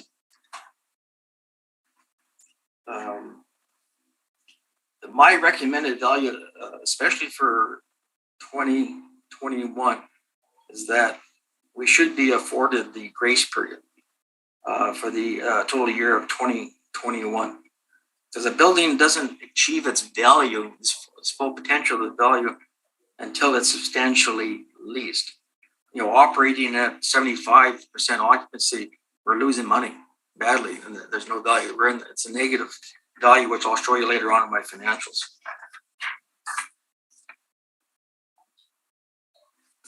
I'm going to skip over to page 5 of my report. I just wanted to, in the third paragraph, I talk about 110 suites. I'm just re-emphasizing that there's a higher ratio of studios and ones in this particular case in comparison to market ones. The other thing I'm just want to stress there, you'll see the suite sizes, like those studios at 445 square feet.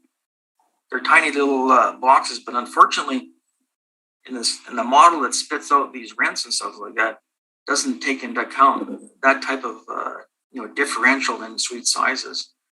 The one bedroom units are only 570 square feet.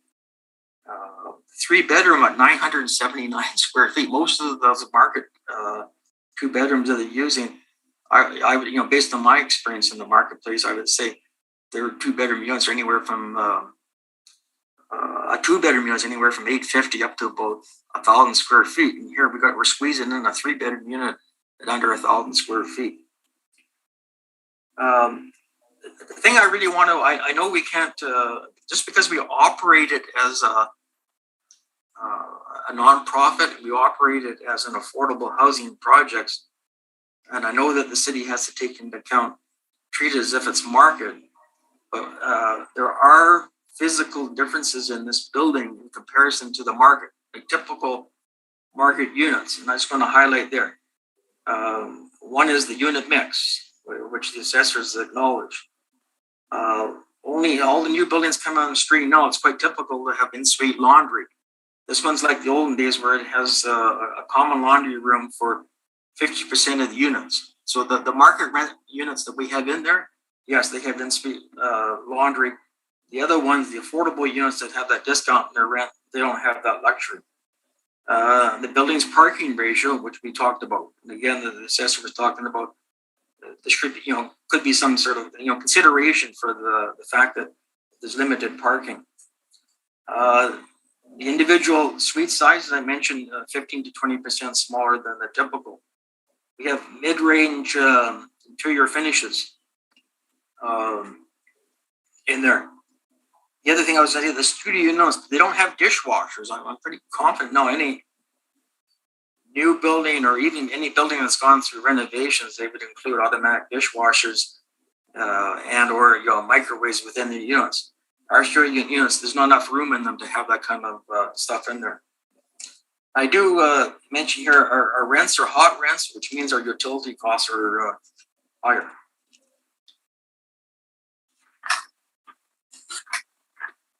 I had prepared, I submitted to you in my original brief, the occupancy certificates. And you'll see that our final occupancy certificates for 100% of all the units didn't occur to January 27. You can see that on page 8, okay? Just to support it. And to clarify what the interim was, that's the document I sent to you earlier this morning. And how many units were allowed to operate on the interim. The one interim occupancy that I did include on page 7 is just for the office in the building. Okay, it wasn't used for rental purposes. It was just to have a site office so they can start coordinating the lease up program and the move-in program of the building. Before I go into my financial model, I just want to go attention. If you look at page 10, I'm sorry that it might not be that clear, but there's the site. You can see that the building is basically built out almost to. It looks like it's built out to almost 100% of the site.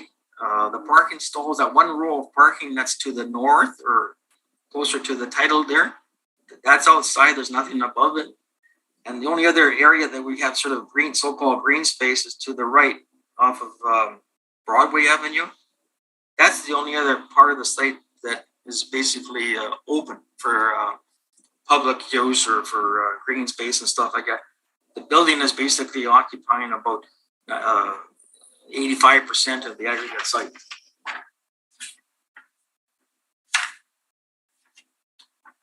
Maybe we're just going to run into the I mentioned to you my argument would be that I would suggest to the board that for 2021 it should only be the land value.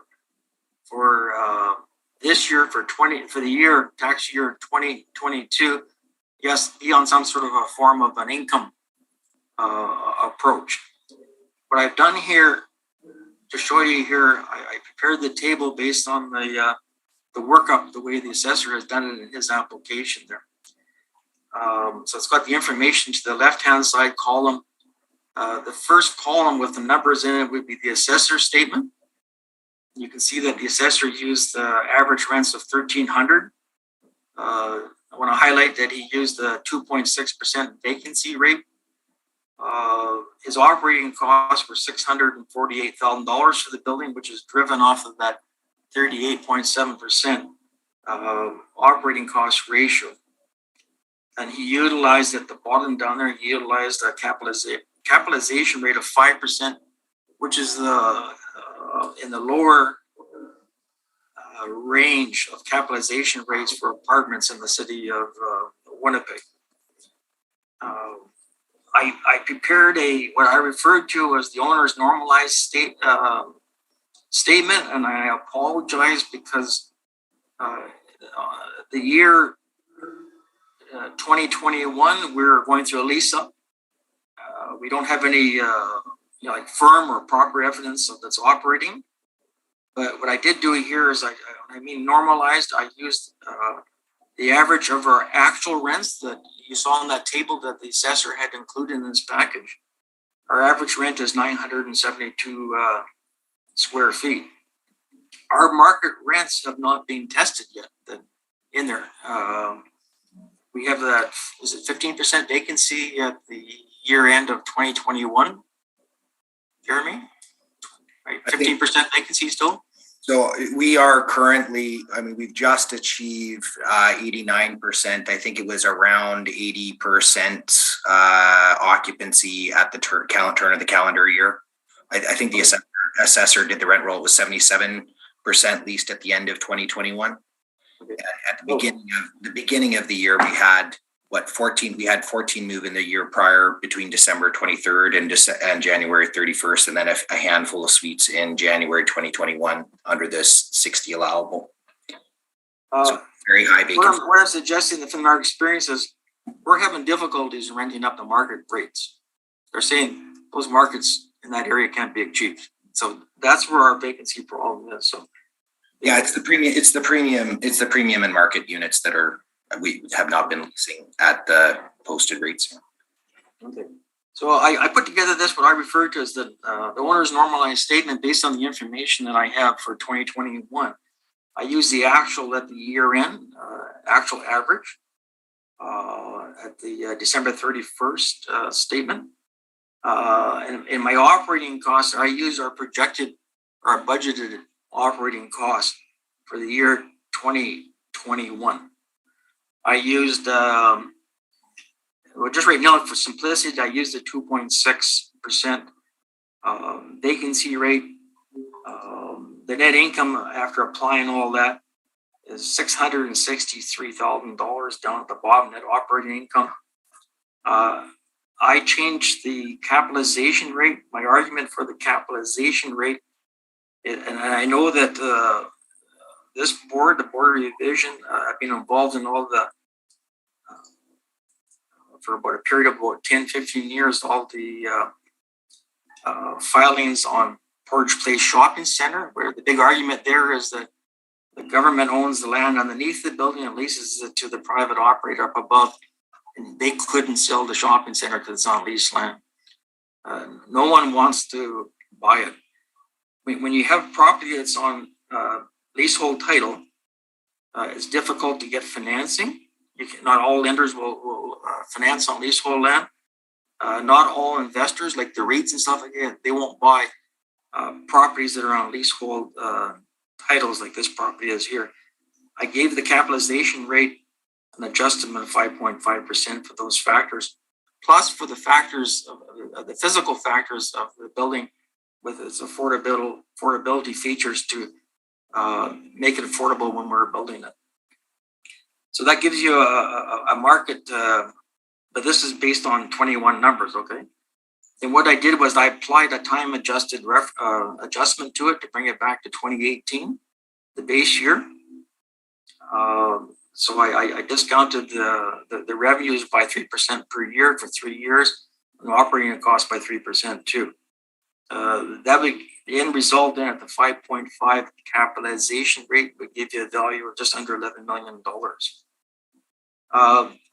Then if you're assessing this for this period because of the high vacancy,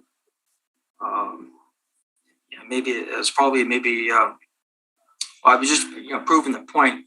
The value that we achieved, the income value that we achieved during the year 2021, and I know you have to discount it back, should take into account what the vacancy of the building is. Because if an investor was going to buy this building, he'd be calculating how much is it going to cost me to carry that building when you're going from as low as 15% at the beginning of the year to as high as 85% at the end of the year.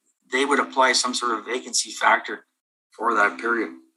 And this was just to show you that halfway through the year, the building's there's no value until we get it all leased out, basically, or it revert back to the land value.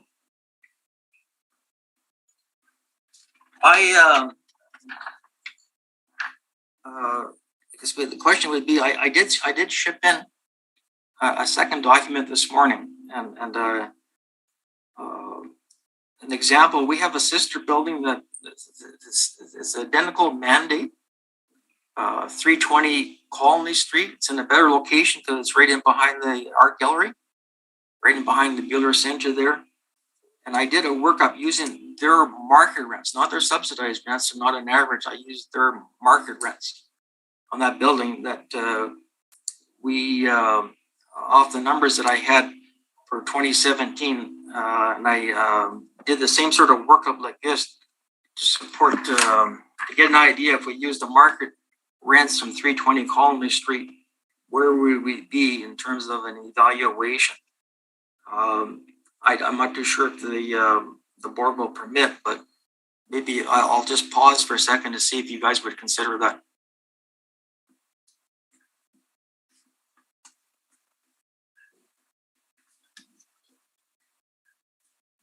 I can verbally run through it. I just thought if I'm running through it because it might be a little bit complicated that. Well, we'll have to have a look at it and we'll ask the assessor what he thinks of it. Have you got it on our? No, I do have the document. You need to decide whether I'm going to distribute it or not. Do you want to take a recess to discuss with the panel and camera? I can't hear you, I'm sorry. Do you want to take a recess to discuss in camera with the panel members if you want to see the documents? We'll do that, then we'll have a look at it. We'll take a short recess and we'll have a look at it. Okay, I just want to.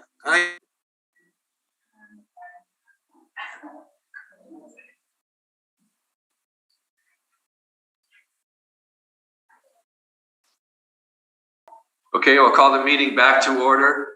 Mr. Badger, there is a deadline for information to be submitted, and you've passed that. So, but you can speak to it verbally.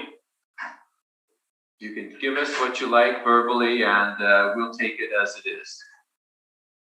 I just want to remind you that you're currently muted. Pardon me? Mr. Badger will have to enable his microphone to be able to speak to us. I'm sorry, I can't hear you. Can you hear me now? Yes, yes. Did you hear what I said, Mr. Badger? Yes. Yeah, I heard. Yeah. Okay, so you do Just, that. what I said was, I'm working out of province, and I get mixed up in time zones. But I just realized I missed the municipal board. 20 minutes supposed to be online, but it's okay because that was a settlement on it. Okay. Okay, so give us what you want. Give us what you got. Oh, okay. So I sort of, scratching my head and everything. I know it was after the fact. I took their sister building, which again was sort of built with very simplistic or very modest type of construction and finishes and all that kind of stuff, and it has two sets of rents like we're talking about. It has the affordable rents that are subsidized, and it also has. What building is this? It's 320 Colony Street. It's right behind the Bueller Center, and I was involved in it, so I had lots of experience in it. Okay, it's right behind the art gallery, and it's about the same height. It's 102 suites, not 110 like the subject. I'm sorry, it's 102 suites. Okay. In any regard, I took a look at our market rents there, the market rents in 2017. And what I did was I took them and adjusted them by 3% from 2017 to bring into 2018. The market rents for the studios were $850, one bedroom $950, two bedroom $1,170, $1,167. And the three bedrooms were at $1,460 per month. So I applied those rents to our project at 175 Colony Street, and it came up with the gross potential rent would be $1,364,000. Okay, and then not adjusting for vacancy, I just used the same vacancy factor. I used the same operating expense ratio. The net operating income came out at $775,000, but I did use my 5.5% capitalization rate. That would give you an assessed value of $14,100,000, or $128,000 per unit.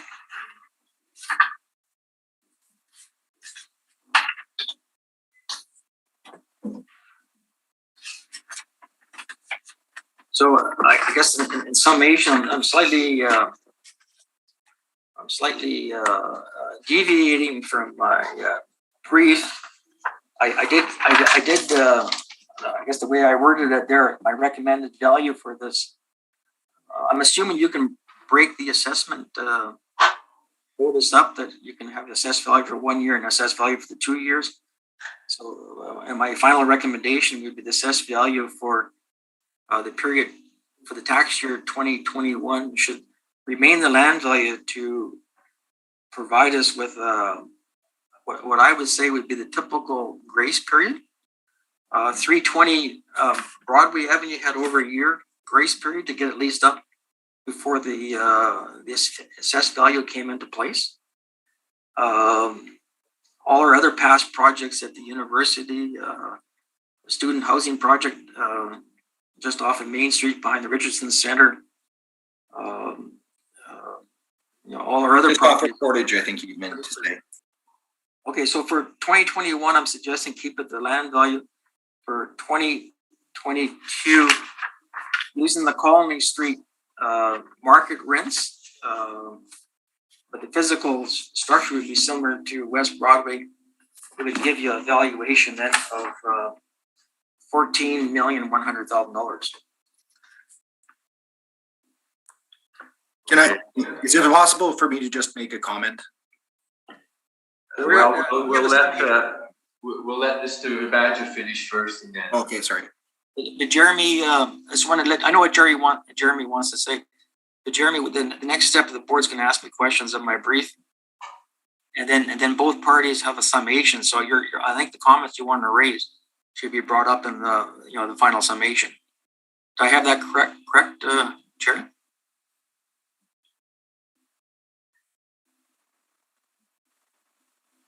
Jeremy will have the ability to give in the summation. He'll have an ability to say something, right? Yes. Okay. Okay, is that the end of your presentation? Yes. Thank you. We'll entertain questions. Mr. Baracus, do you have any questions? Yeah, I have some questions. So if we could just go to the last page of the brief, please. On page 12. So just to be clear, so for the 2021 year, you want it to be land value only. Is that correct? Yes. Okay. Do you think as the building stood and was operating on January 1st, 2021, it's reasonable that a for-profit purchaser would purchase the property at land value only? My argument there is not in terms of the evaluation. The city, in exercising its jurisdiction and assessment, has to be fair and equitable between all taxpayers and people that have been assessed. Okay, I'm telling you right now, I'm based on my experience, and I've been at this game for about 25 years. There's always been at least a year grace period before they come in and reassess. Okay, the university's buildings that I've been labeling off there have all received that. The competitors have all received that. Right now, I know in this particular neighborhood, there's a for-profit building that's getting this grace period right now, and it burns my craw to see that they haven't been reassessed. Okay, I don't know why the city jumped the gun here and gave us a 15-day grace period. I mean, I just flabbergasted. You have the right to do it, but you don't have the right to exercise your right to do it on a non-fair and equitable basis to all taxpayers. Okay, so you're talking about your experience working within the city of Winnipeg. Do you primarily work within the city of Winnipeg, or are you Canada-wide? 95%, 90 to 95% Winnipeg. Okay, how many apartments did you file appeals for, typically on a yearly basis? Mr. Baracus, I don't know if we need to go there. No, well, I'm just asking because he's characterizing, saying that in his experience, in his 20 years of experience, I'm just saying I do this like on a weekly basis, and this is the first time I've had this particular applicant at the Board of Revision. So he's making statements saying things that the city always does this and always does that. So I'm just trying to establish his level of experience pertaining to his comments. Okay, maybe you could address in your summation. Okay, that you don't do what he says. I think the board members, they've seen me before. They know. Okay, fair enough. Okay, so you think that because what we're valuing is open market value, that somebody, a for-profit purchaser, because that's what we're valuing here. We're not talking about perceived grace periods or what the assessment department did in the past. Do you think that what you're saying here is for 2021, January 1st, a for-profit purchaser, and more importantly, the vendor would let their $23 million project go for less than $1 million on land value only? Is that correct? No. What I'm saying there is the city has the right to do what they've done. But the city has a responsibility to be fair and equitable amongst taxpayers. and their exercising of their rights. And this, I would say the majority of the time, and currently I'm telling you right now, I'm not going to come out and start pointing fingers at different buildings, but we've done some homework there. There are buildings right now that have been operating all through 21 and have not been reassessed. Okay, because if the city, you know, maybe you know, I know you got the assessment department's busy and stuff like that. I would say the majority of the time there's a period of a grace period. The previous hearing they talked about a grace period when they brought it in there. So yes, there is value, but how are you going to ever come up with the value? You can't properly assess the value. It'd be like rolling dice. Yes, there's a capital cost value that's going to be discounted based on the income value, and the income value hasn't been tested yet. And right now, the whole market climate right now, the vacancies are because of COVID and the war and all that. We're not. There's no stabilization of the building to do a proper evaluation.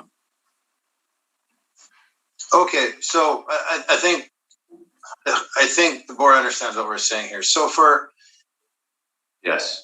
So for your valuation here, you've also so for 2022, you've also taken figures from 2021, and then you've brought them back to 2018 for your calculation. Would you agree that that's post-reference information?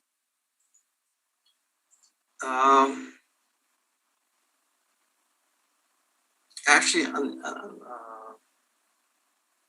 hey, Jeremy, when was this project, Jeremy? When did we go into the ground, Jeremy? On this project on West Broadway Commons. Yeah. So the property formerly known as 175, which is currently 167, address 167 Colony, we would have gone into the ground summer of, so June, July of 2019, I believe the demolition commenced. And when did we formally make our application to CMHC? That was 2018? We made our application to CMHC initially 2017, and then under their new program in 2018.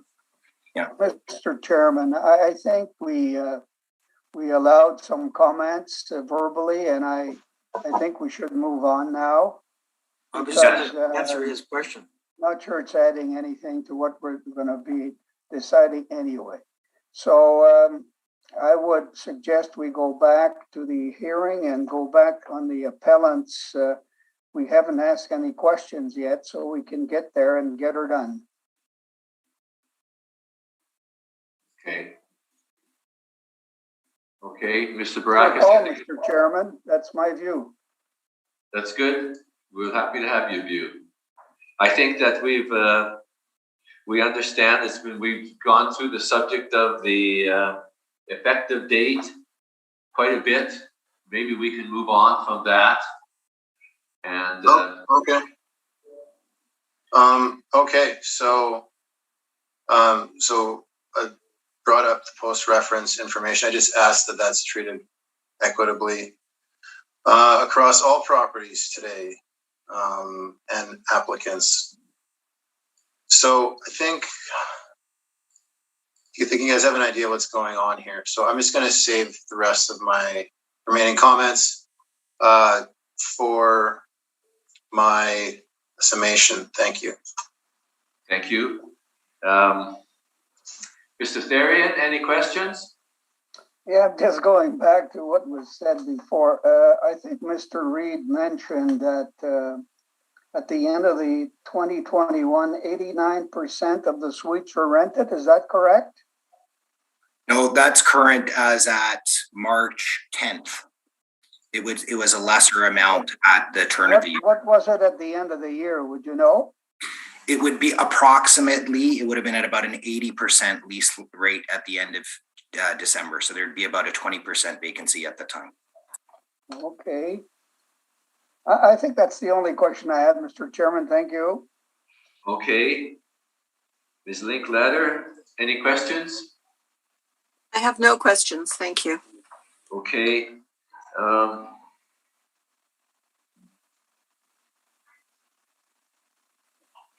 I think I've heard all the questions and answers. I think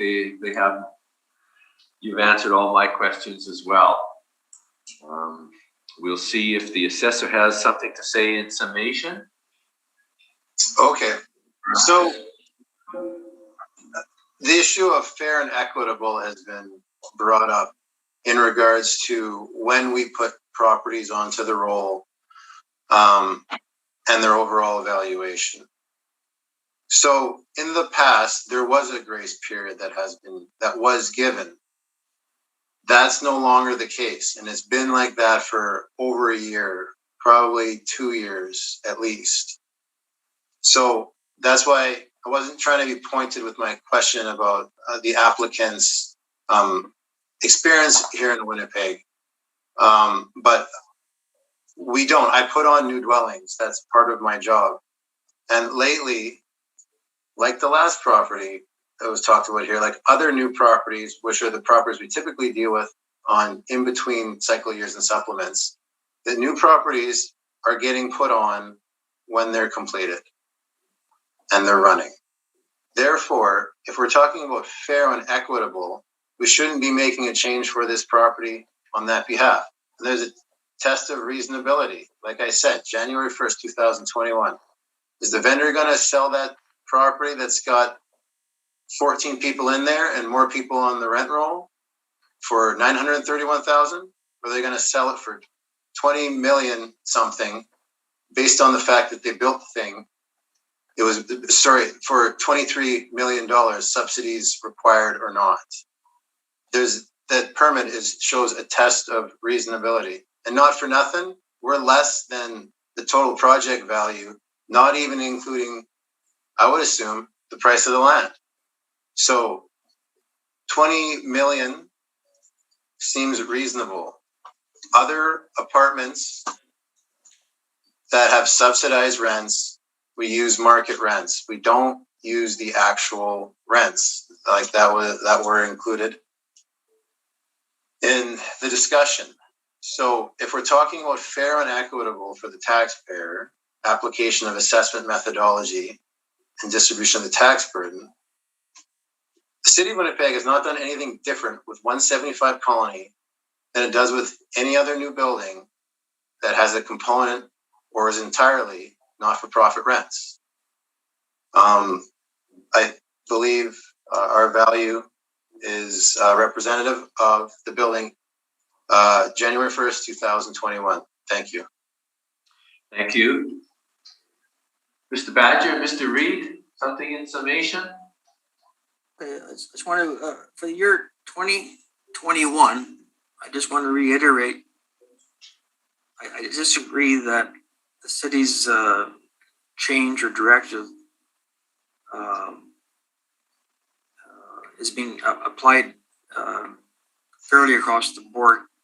We're aware of projects that have not been treated like that. The other thing I want to mention is based on the way that the assessor is doing this right now, is a 16-day grace period, which is sort of ridiculous. And this is the question about the legal aspect of it. The building was not completed on January 1st, 2021. By evidence, I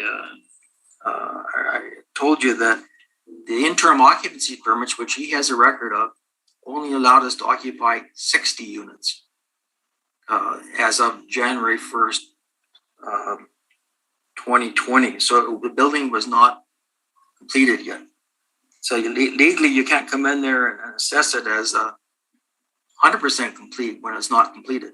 And not legally, you only use 60% of the building. I agree that with the assessor on the, it may have been an error and taken the average, but I did that because this building hasn't, I still say this building sits in a neighborhood which is totally different than his comparables. I did it because it's the first, big, huge building like that's going through this market lease like that. We don't know where the market rents are going to be ending up. So I did that. And that's the reason why I verbally wanted to introduce to you today. I took look at 320, which has been operating since 2017. It's this exact same high rise and stuff like that. Based on their rents, and if I applied it to this building, it would spit out a value of $13,100,000. That's lower than what the assessor wants at 20 million, but the other difference there to get down to the 13,100 is because I used the 5.5% capitalization rate. And I have had lots of experience on the way that the properties on leasehold titles on the Fork site as well as North Borge site, and how the board has recognized that there's a difference in risk and market value between leasehold and freehold. If this property doesn't, the assessor has used the word terminology, the investor is in it for the long haul. The long haul for means forever. This particular building, it means 60 years. The investor has to recapture his investment or negotiate to pay the landowner more money. Okay, so I think it was fair to apply the 5.5% capitalization rate to come up with the 13,100. I think the in 2023 there's going to be a new assessment. There'll be information on hand that we can properly do this evaluation and go through the process again. But in the interim, I go back to my recommendation that land value for 21 and an assessed value change of no more than 13,100 for 2022. I would say I'd rather point out to the assessor when he comes in and does a supplemental for the commercial units there, he can come back and go after the residential component again on the he's entitled because there'll be another reassessment on this property again.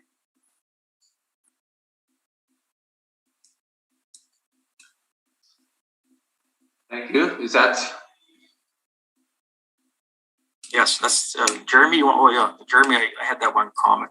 Yeah, here's my comment, and as the, I guess, Jeff's speaking on our behalf, and I understand that for the Board of Revision and the assessor that this is not the place to talk about nonprofit housing and support from a policy perspective.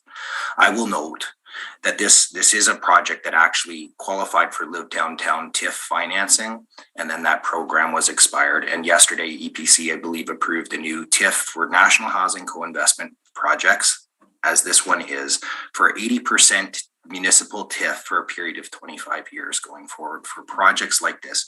And in fact, in large measure, it was our organization that was advocating for that on the basis of our national housing projects. I understand that the Board of Revision and the assessor are not in a position to comment on policy, but I wanted to talk about the broader framework of what's happening here and what we're looking at. We're very grateful to the city that we got a $250,000 grant supported by the community to support this building. We are very aware that this assessment is for $244,000 in the first year, while we had an interim occupancy on part of the building for a period of 2 weeks. I just note that from a policy perspective, public objective, how we look at affordable housing, that they may not be significant to the Board of Revision, but they're certainly import to us as an organization and for our partners. Thank you. We're done. That concludes the this property, 175 Colony Street. Thank you, Mr. Badger. Thank you, Mr. Reed, for your presentations. Thank you. And that also